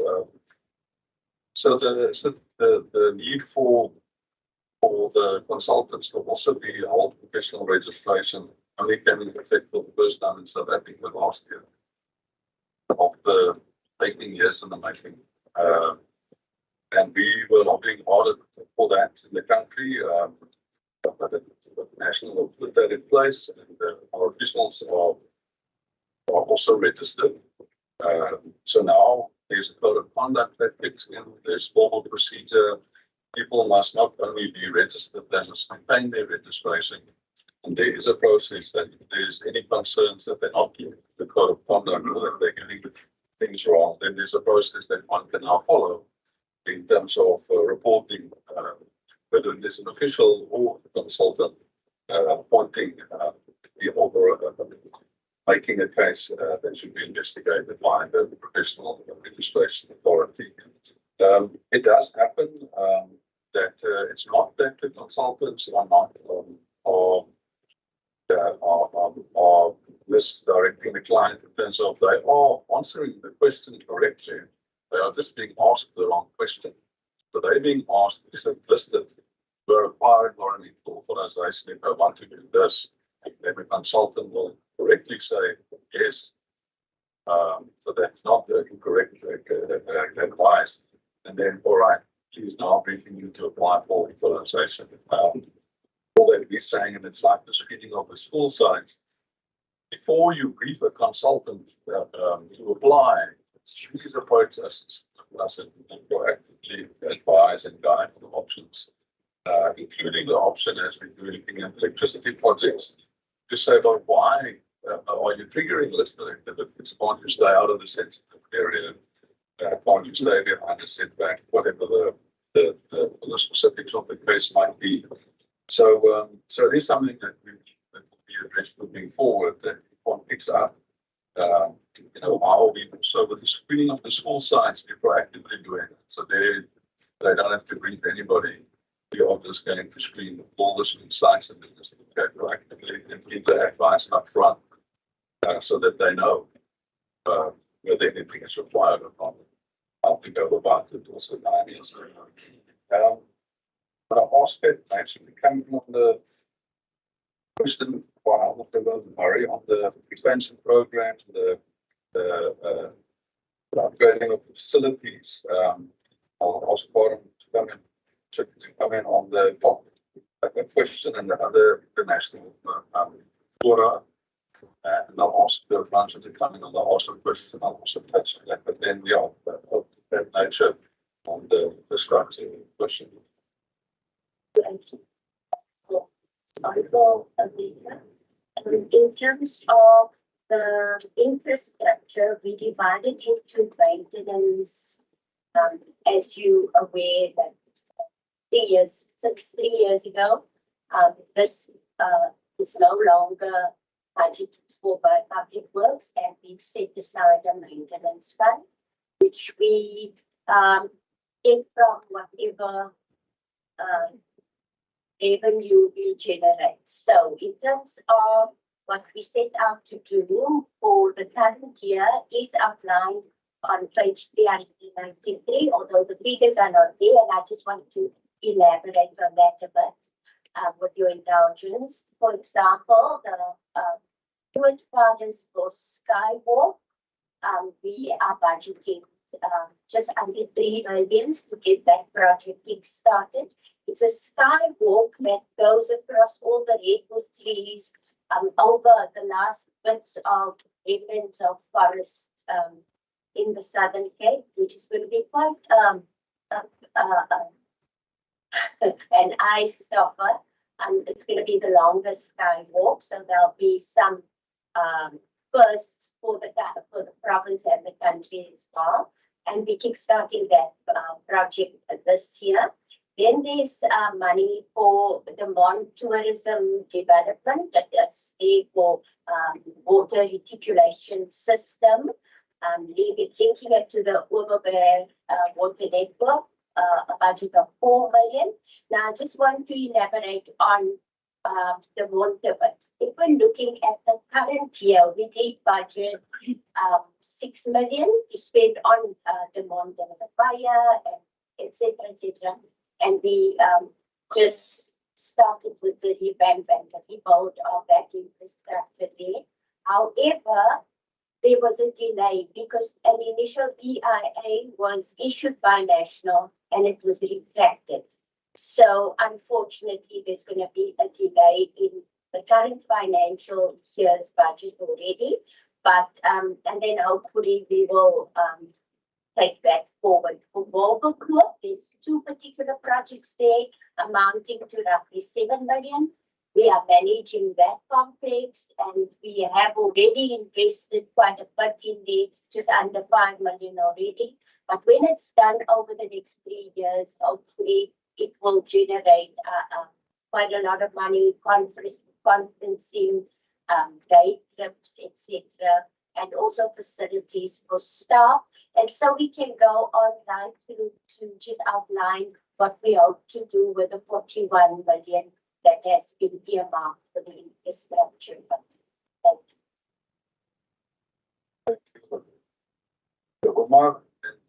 Also part to comment on the climate change COP and the other international fora in terms of investments. Thank you very much. Those are really good points about networking, especially with potential donors, potential partners. The COPs themselves, however, are very focused on nation level. So it's about the South African representatives and the South African cohort that goes. We have in the past been included in the cohort, but we are not part of the negotiation team. So we're kind of the cheerleaders at the back, which is a little frustrating, because then we only really get to engage with the side events as well as the people who are there essentially for the show. It's not actually about the text of whatever is being negotiated at the end.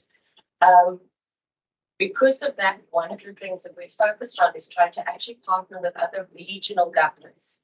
So both through the Premier's department in terms of the regional leaders space, but also with other regions that have very similar climatic conditions. So places that are on west coasts of their continents, etc., like California, for example, to actually deal with another region. So your subnational government means that you can have a very different conversation. And we find that the sort of peer-to-peer learning, as well as the network opportunities, are actually much more advantageous. So if we're spending our own money, we want to make sure that we can actually get that sort of return on investment. Because of that, we've also partnered, and we're now, again, we've just confirmed, Premier signed the confirmation. We're part of the Under 2 MOU, which is a international conglomerate, essentially, of regional governments saying they want to actually make sure that they respond sufficiently to climate change, even if they're national governments or their federal governments are not moving enough. Because there's very much a sense that it is something that lands in the local space, and the local citizens feel it as well as local governments. So under 2 MOU and the climate group, which is a cooperative space that we're in as well, we're a member of that, which means that we can draw on technical advice as well as peer learning from across the globe. This has actually assisted us in doing quite a few studies, and we can share that with you in terms of the relationship. We noted in our annual report because it tends to be a donation to us of technical time. And then we're really trying to contextualize it and make sure that it lands in South Africa, as opposed to being something which is a carbon copy from another solution, which may not actually sit well in our culture. I'm not sure if my director of climate change wants to add anything, but COP is an interesting space to be in, but I think we have a lot more leverage when we're actually dealing with subnational governments. Want to add that? Just one or two things. I think understanding COP, as Colin alluded to, these two sides of the service, the actual negotiations and subnationals not participating at that level. So, and if you go to the side events, generally these are, we frame it in information overload. There's such a lot happening with it. You know, if you don't go to a specific purpose and beforehand you kind of arrange for meetings, it's really difficult to actually, have these at COP. So to date, we feel much more benefit through our membership with the climate group, and we've struck partnerships with the likes of California, India, Brazil, so that they are experiencing similar risks, and we are, in actual fact, leaders in this space. So there is an opportunity for us to be the applicant co-chair, which has been communicated to us. The current co-chair is KZN. There's 3 provinces that are members of the family, Gauteng, KZN, and ourselves. We've missed the opportunity to be the first applicant co-chair, but we have been encouraged to actually take up that role because of the role that we actually play in the organization. So I think it's a strategic approach to this international partnership. So we also need to go where we get the biggest bang for the buck. If we do attend COP, it's not this department that should be. It should be a multidisciplinary, multi-departmental delegation that goes to attend. As mentioned previously, this is a transversal agenda. So the likes of DDAT, agriculture, ourselves, Dr. the Premier, it must be a multi-departmental.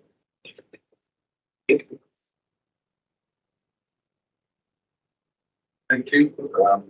The person who then to the question that was asked by member Maran, was the comment firstly in terms of the sustainable water program. And you put that in future sessions, share the detail of what sits in the program. As indicated, we all this new year undertaking the process to look at with the partners, the sustainable water program and the water resilience plan.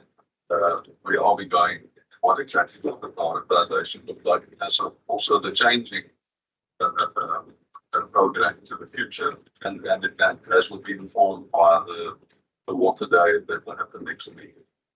I'll then ask Francois to come in on there were 2 questions. The one was in terms of the increase, the money being taken away from municipalities in terms of the ownership allocation.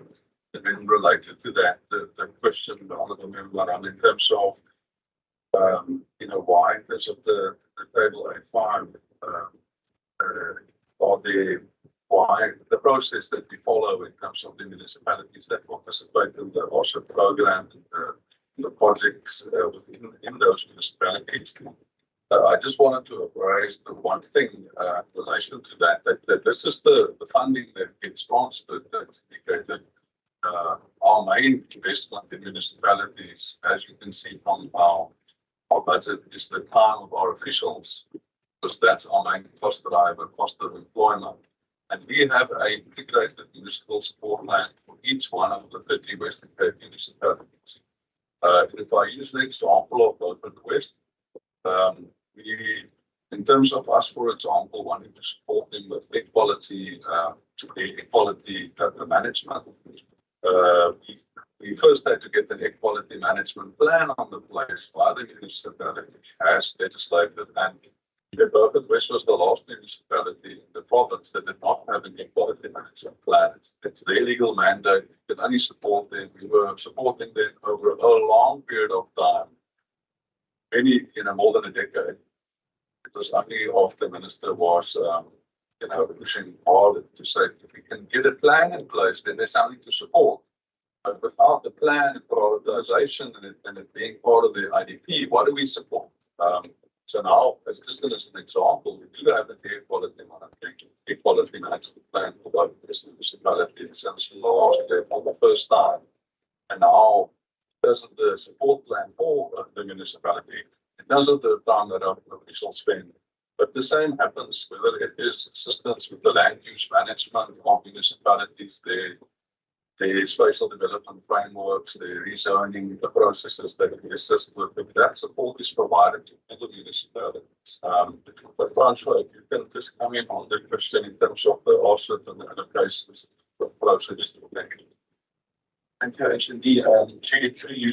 So the process, how we arrive at the projects that are presented on budgeted form is that the municipalities must apply.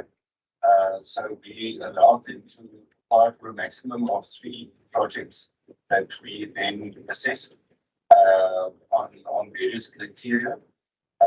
One is obviously whether it's value for money, whether it's really part of the story of urban renewal and road work and urban transformation and so forth. But then also very important, their readiness. So it doesn't help if the funds are transferred to the municipality and they are not ready in that year to implement the project. So that's a very important factor as well. And sometimes where we doubt whether the project is really ready, maybe we would rather say 100,000 or 200,000 for plan. And as should be mentioned, we will physically from our own staff complement help them with planning as well on those projects. But also just to mention that in terms of looking at the budget, almost like a snapshot. Some municipalities might have been funded the year before or the year before that with large amounts. This year, the funds only go for these projects, and maybe next year they can apply again, or maybe in the running again to be funded. So because funds are limited, it doesn't down to give them too little. Sometimes we also give them less than they asked for, just to have a fair split. And it's also, I think, as you mentioned, it's also a very positive factor in the municipality themselves budget, or there's other budget from private sector that it's all gets co-funded a package that can work for the community. Thank you. As Francois touched on earlier, we had a lot of uncertainty in terms of the awesome program. It primarily came because of the impact on the national and the provincial budget because of the COVID and the resources that had to be that were just not available and that were shifted. And now at least we have the allocation for next year, but we also know what it looks like over the end. So now, in terms of the lead time and the planning and the project selection, and there's now opportunity for us to look at the outer years in terms of what those projects would look like. So that's the process that we're following. But an important question.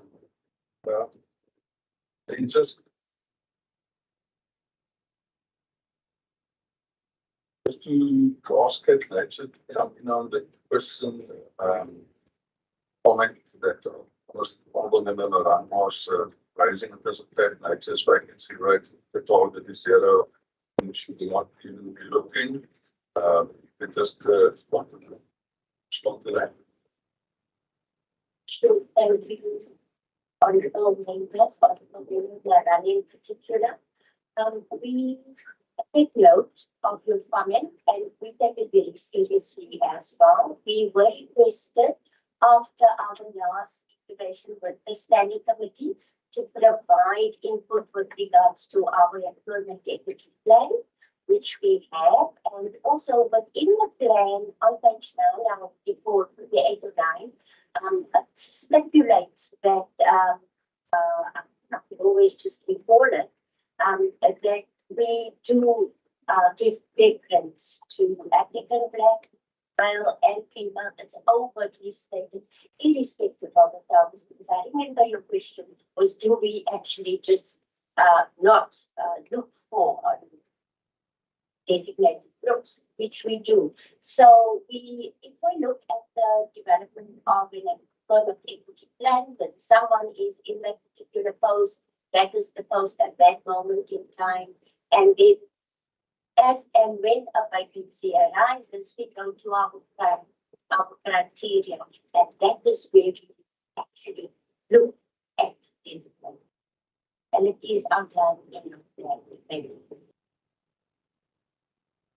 Thank you. Chief, this is just the last question. In terms of the original impacts, in terms of the electricity disaster projects. Yeah. Sorry, was it the honorable member America's question?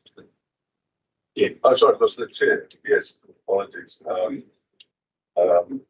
In terms of consider those impacts and what role do we play in terms of those processes. So that's exactly why, even if there's the specific circumstances of each case, different options are available depending on the circumstance. In terms of the process to be followed, there is a process to be followed that allows for information to be gathered to consider all the impacts. Of course, when there is a disaster declaration, that does frame the consideration of applications that are in fact responding to the disaster situation. So the considerations are specifically in light of that consideration to the disaster declaration, but all the impacts must be considered. So South Africa at the national level, but also at the provincial level, we do have other things that frame the consideration. So the energy plans for the country, the integrated resource plan for South Africa, and those are energy mix. We are saying that for the Western Cape, we also working on an integrated resource plan for the Western Cape that will assist us in terms of project proposals coming to the fore, in terms of how that fits in as a plan for Western Cape. But then it is to look at the merits of each case in terms of the process that gets followed.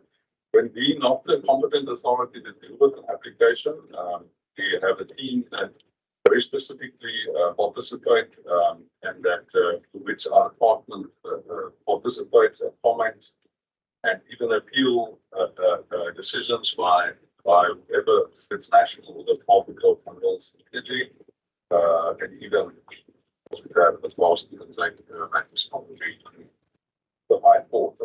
When we are the competent authority, of course, then we will be held to account. Firstly, on appeal, the minister, this is a by delegated official, the competent appeal, which minister can himself, minister's decision be taken on review. So when we, the competent authority, we very specifically ensure that the due process is firstly followed, that all the relevant considerations are taken into account. And that the critical thing as legislated is that the legislation requires that best practicable environmental option was selected. So at times the precautionary principle can be applied where because of the level of uncertainty and potential catastrophic implications, that because of the precautionary principle having to be applied, that you would then forego the options that are available because they're not good enough and things would then be refused. But if the precautionary principle is not applied to the situation, then it is about the best practicable environment.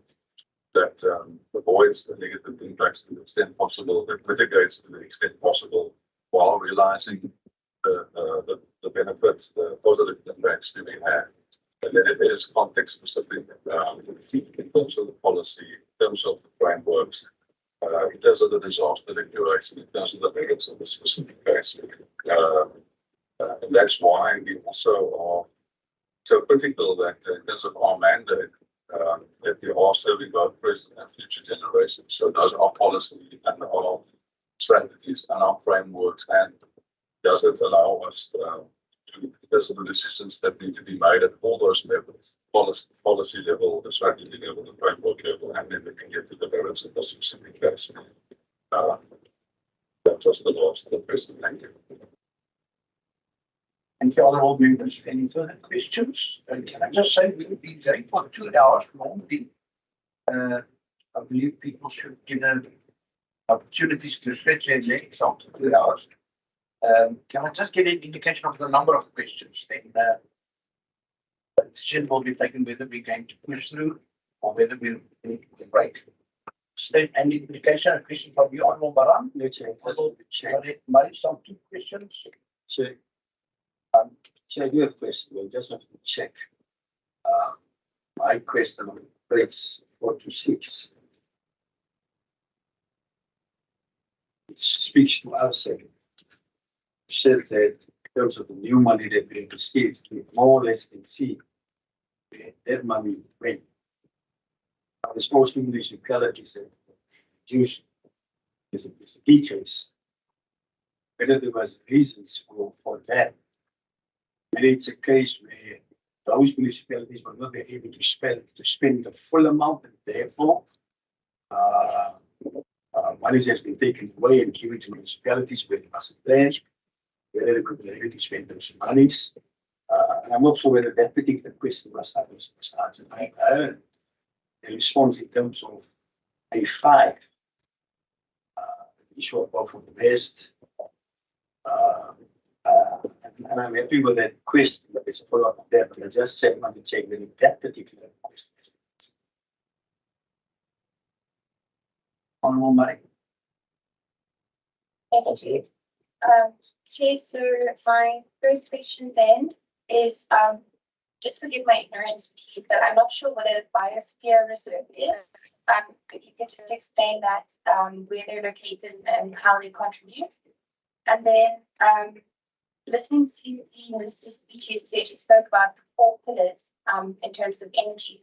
And I noted in her speech that she spoke about the department detailing that local, sorry, no, please forgive me, that question was to the wrong department. Thank you, Chair. So, just to give nature, and I want them to understand, and I don't dispute that they're saying all that we are looking at is what they give us, what's in front of us. Because if you, for instance, look at the organogram senior level, the target was here. Therefore, the output will also be here. That's what we are looking at. Not that we are saying that we don't look, but if the target is 0, then obviously you're the intention that you will not look at that specific, and it was specifically added. And I want to believe it's work in progress. The next reading, there will be some improvement. Then, Chair, I believe there's an outstanding answer to the question that I asked when it comes to our sector. Then the last question, Chair, that's on page 4 to 6. Page 4, 6, table 9.5, Chair. Great. And you will see, Chair, table 9.5, it speaks to 4.5. You see basically the allocations, so the increase or decrease budgets. Those particular programs, an increase of 5% when it comes to clean nature. And at the top of page 407, you can basically see the earmark allocation, what the money will be spent on. But if you, for instance, look at the coastal management, there's a decrease. And I don't see the earmark application, the nature will basically also look and coastal management. There's a decrease when it comes to that specific. And I've said on my way here this morning, I was listening to KFM in the radio. In the community of Bernard specifically, I complained, said that the city of Cape Town lied to them about the smell that particular area, and I believe it's sewage that went into the ocean. And whether we are serious when it comes to that specific program and looking at that, because there's other areas also that there's complaints, when there is a tourist budget, 7%. They would like to understand. Allow we, the city of Cape Town, just to pump sewage in water. We will make sure that there is no money, basically, to look at that specific issue and they hold them to account. What are we saying then? Specifically to this point. Thanks. Thanks, Honourable Moran. Perhaps we can just get a distinction between coastal management and then the management of the influence from our invitation books. But and can I just say you've got the constituency from sitting right next to you, so I think you might have some very interesting conversations afterwards.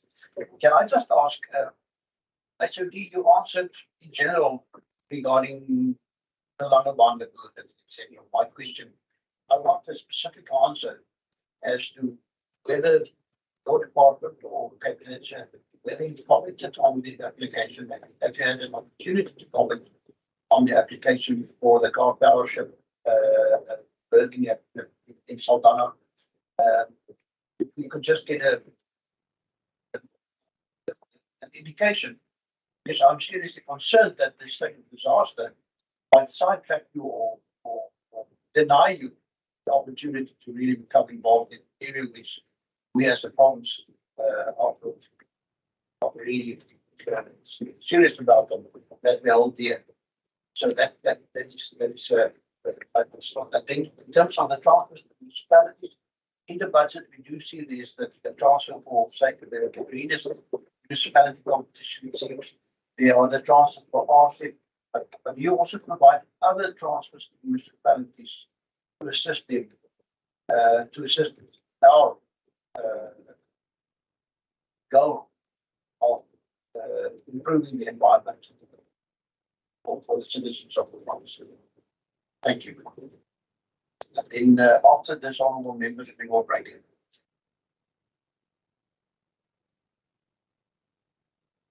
Thank you. Then we go back to the question in terms of place under 426 is the reduction, taking away of funding to municipalities, the whole budget process that Treasury decides, and so the council can just specifically respond to that authority study on the respond to that. Thank you. It's true. Apologies for that. I think that the point is that the municipalities remain RSCP municipalities. So in next year and the year after, they can still apply. But because it is projects, it might seem as though, say, a Drakenstein is now being unfunded, but it is actually just a project that has been completed. That was budgeted for and gazetted in the previous or in the past year.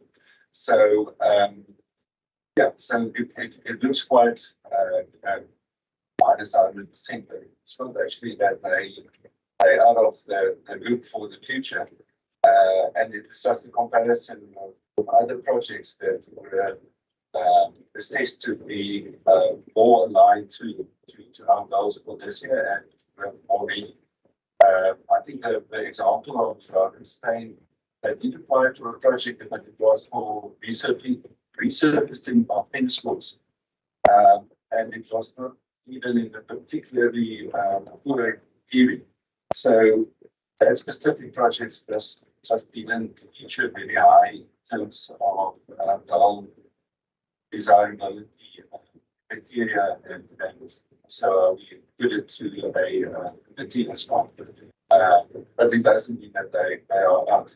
And yeah, so it's not a an amount that's just given to a municipality. It's very much closely connected. Thank you. That's the thousand. Thank you, Councillor. Then maybe just to ask Polly and the ambassador, as a honourable member, my question.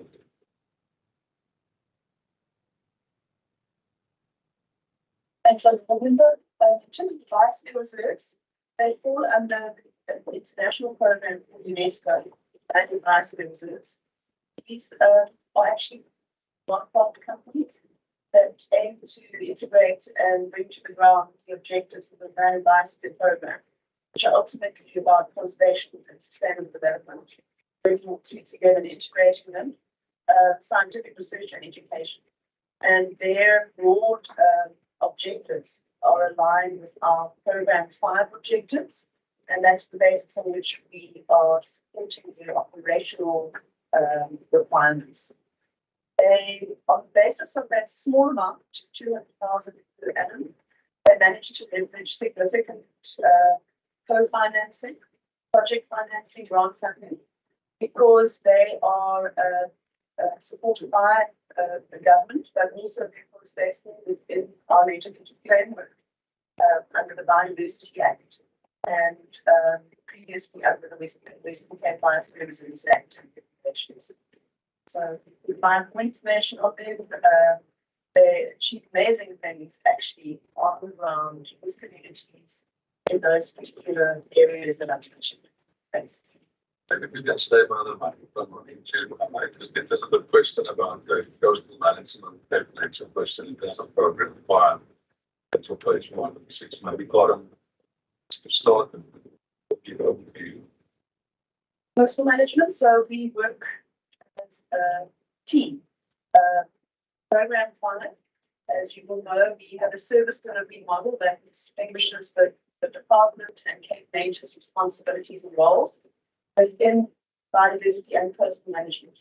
But in terms of the MICMA, in terms of the National Environmental Integrated Coastal Management Act, the department is the lead agency for coastal management in the province. So I'm sketching that broad brush because obviously Cape Nature has the operational hands and feet and boats, and also manages the marine protected areas as well as a number of estuaries on behalf of the province. Teams work very closely together in terms of supporting municipalities. We have a very specific coastal management function as well. So yes, we have unfortunately needed to adapt to the large pair of scissors that's chased our program. Coastal management and biodiversity management have unfortunately not, let's say, received additional funding. In some instances, reduced the budget funding. Are in terms of the question that was posed around and Brickland. Just to note, this was also a question that came through Parliament, I think, by Murray, that the estuary management plan, the estuary management plan, is actually in the process of being concluded and signed off by the Honourable Minister, and that will obviously, in terms of the estuary itself, it brings together a number of mandates. So my colleagues within pollution and chemicals management and in terms of the enforcement processes that are underway in relation to the wastewater treatment and other inputs into these. All of those mandates come together in terms of the estuary plan. So in terms of the City of Cape Town's work, there are major challenges, but there is a systematic plan in place to address those challenges, and we all need to support the city there. Thanks. Thank you, Polly. Polly just touched on the coastal pollution as well as coastal waters. Of course, there's multiple role players there because it depends on the sources of the pollution as well. So some of it is from informal settlement, some of it's from wastewater treatment works, and therefore it's with the involvement of the National Department of Sanitation. It's with the national and some of the coastal matters, and then of course with our coastal matters. What's underway in terms of that specific area. The far powership, absolutely, that national was the competent authority. And we did specifically, and as I said, for all of the National Foreign Management Act participated in that process from the start and raised our concerns throughout. And as we know, there were issues with how some of those decisions were, how the decision was also made, and whatever project proceeds, whether it's a powership type project or any other project, our department will participate either as the competent authority, or then if we're not the competent authority, we will be actively participating even to the extent that if we feel the process was not followed and they would pause the decision. I think it really wasn't properly considered that we would feel. But we're working with the national and everybody else to make sure that there is proper framing in terms of the disaster declaration, the regulations that's come out in terms of the directions that will now come out in terms of that, the different policy and strategies, frameworks that applies. In terms of the transfer to municipalities, the OSIP that is the transfers to the municipalities. You've heard the waste management selling touch on the box, the allocation that happens of waste and the projects that we're looking at there didn't get the full allocation that we asked for, and that's why we have to look in all of those proposals now as Celine have touched on. But what is it exactly that we will be implementing? And as mentioned earlier, the bulk of the support to municipalities is through our time that we spend in all municipalities to a specific plan. Thank you. Thank you. Thank you, HMD. Honourable members, any further questions? None. Thank you very much. If you would like to make some concluding remarks. Mr. Chairman, thank you very much. We always appreciate your time and the interaction. The big questions is all formulated. And it's tough out there, but I think you also understand that you've got a role to fulfill, and thank you for the oversight. It keeps it sharp. We will keep on working with standing committee, and I think it will be important on it was done by local government, and you get a briefing after the second, third. We're quite busy with that now, but after that we get a briefing of our water and drought and water management plan. I think it's very interesting information, and maybe you and local government can provide this. Thank you. Thank you very much. Thank you to all the officials for your presence, for attending to our questions, for the responses. I appreciate also what you've said, the hard work to get to this point. Healthy budgets need strong leadership, because most people are disappointed with the budgets that they eventually receive.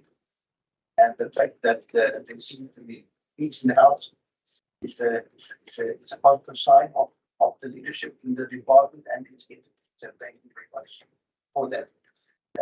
Ladies and gentlemen, before we break for 10 minutes to deal with the report on the budget that we as a committee to consider, I just need to share with you that I've got a white procedural officer next to me. She arranged for lunch at 12:30. The members out on the 6th floor. And as you're all familiar with the term fruitus and wasteful, and she wouldn't like to be guilty of that. On the other hand, I also know that your time, the next hour's probably far outweigh the costs of the meal in terms of your salaries of the last time. So I do hope that next 45 minutes you will be able to well, it's more than an hour, that you would be able to spend your time productively. I believe the HMD will quickly send you a WhatsApp for an urgent staff meeting. And you're most welcome. We would love to see you. We often find that the engagements over the cup and over the meal is even more important and informative than the formal parts of our meetings. But thank you very much. You are welcome to now leave. We're all going to have a 10-minute break, and then members can ask you to be back at 11:30 for us to consider the report. on the budget item. Thank you very much.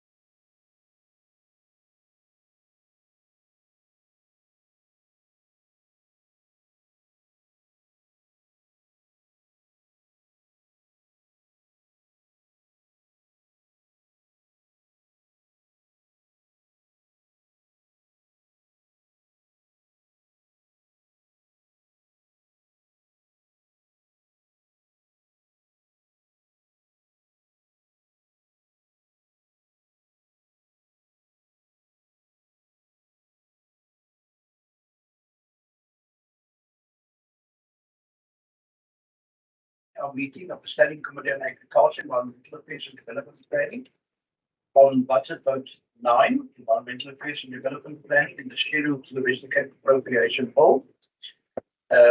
Honourable members, it's now for us to first consider the question whether we support this vote or not. And then once we've taken a decision on that, obviously, our procedural officer to then reflect what the view of this committee is in a brief formal report. Thank you, the Honourable Murray, and then Honourable America. Thank you, Chair. I move that we support this. Thank you. Honourable America. Chair, I second the motion. Thank you. Thank you very much. Thank you, honourable members. Is that unanimous? Chair, no, I cannot support it this stage. Thank you, honourable Maranda. So are you abstaining? Abstaining? Abstaining. So you abstain. Thank you very much. Chair, I'm not sure whether abstain is the right word. Yeah, no. Either you support or you vote against, or you don't vote. You reserve your right not to vote. I vote against. Against. As per Rule 90 of the standing rules, yes. Thank you very much. Honourable members, let me just ask our procedural officer how much time she requires to quickly type up that report. 5 seconds. Seconds. Thank you. Can you read that onto the screen? It's read on the, I have hard copies for members. Okay. Can I read the report so that we read it into the record? Not only did she quickly type this, she also quickly make copies of it. Thank you, honourable members. I'm going to read into the record. Report of the Standing Committee on Agriculture, Environmental Affairs and Development Planning on vote 9, Environmental Affairs and Development Planning in the schedules to the Western Cape Appropriation Bill, E2-2023, dated the 15th of March 2023 as follows.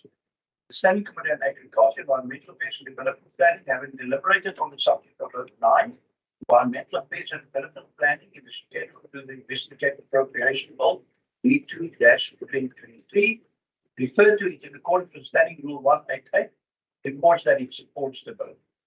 In accordance with Standing Rule 90, the African National Congress expressed its minority view that it does not support the vote. Honourable members, are you happy for us to consider that report? Thank you. And in this case, we are unanimous in our support of this report. Honourable members, we also have an opportunity now for resolutions or actions that you would like to have proposed. Are there any resolutions from this meeting or items that you would like us to attend to at future meetings? The Honourable Murray, I recognize. Chair, it was very interesting to hear about the biosphere reserve, and I wonder if in the future we might be afforded the opportunity to visit as a standing committee to see the work that they're doing. Then also, I suggest Still on the biosphere. on the biosphere reserve. May I add that we also have to get a report on the history, perhaps the funding possibilities from UNESCO and so on. Thank you. Thank you. Sorry for the second one. Second one was that we also possibly invite the minister to come and do a briefing on the water management plan mentioned. There was a suggestion from Minister that you try and liaise with the Standing Committee on Local Government.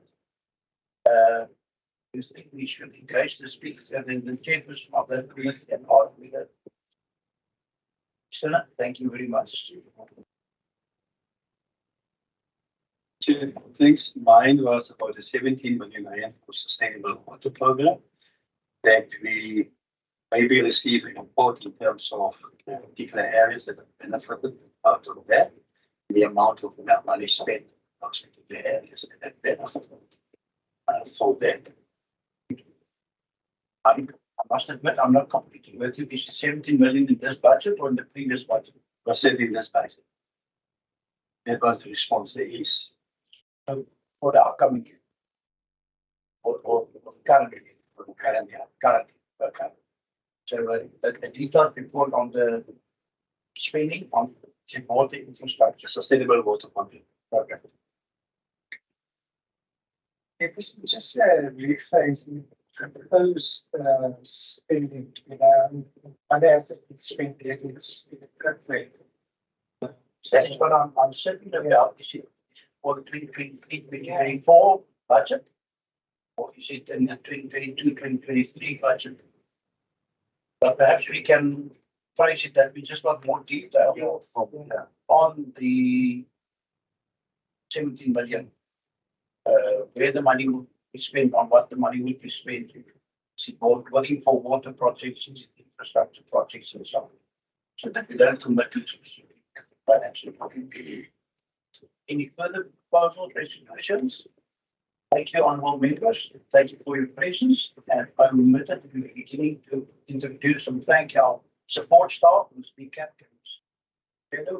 Thank you very much for being here and making this possible. Also to our IT team and our translators, our people in this meeting. Any of the official languages of the Christian Cape. Thank you to you as well. The Jefferson actually talks to. Our often we see each other 2 o'clock in this. Yeah, but we have a meeting at 1 again, so yeah, so We hoping that it would be a little bit large, if not okay. yeah, for lunch, but he said closer to 12:30 than 12. Let's say 12 o'clock. 12:30, yes. I will come and manage to get it earlier, then I'll come and say. The stuff for Yeah.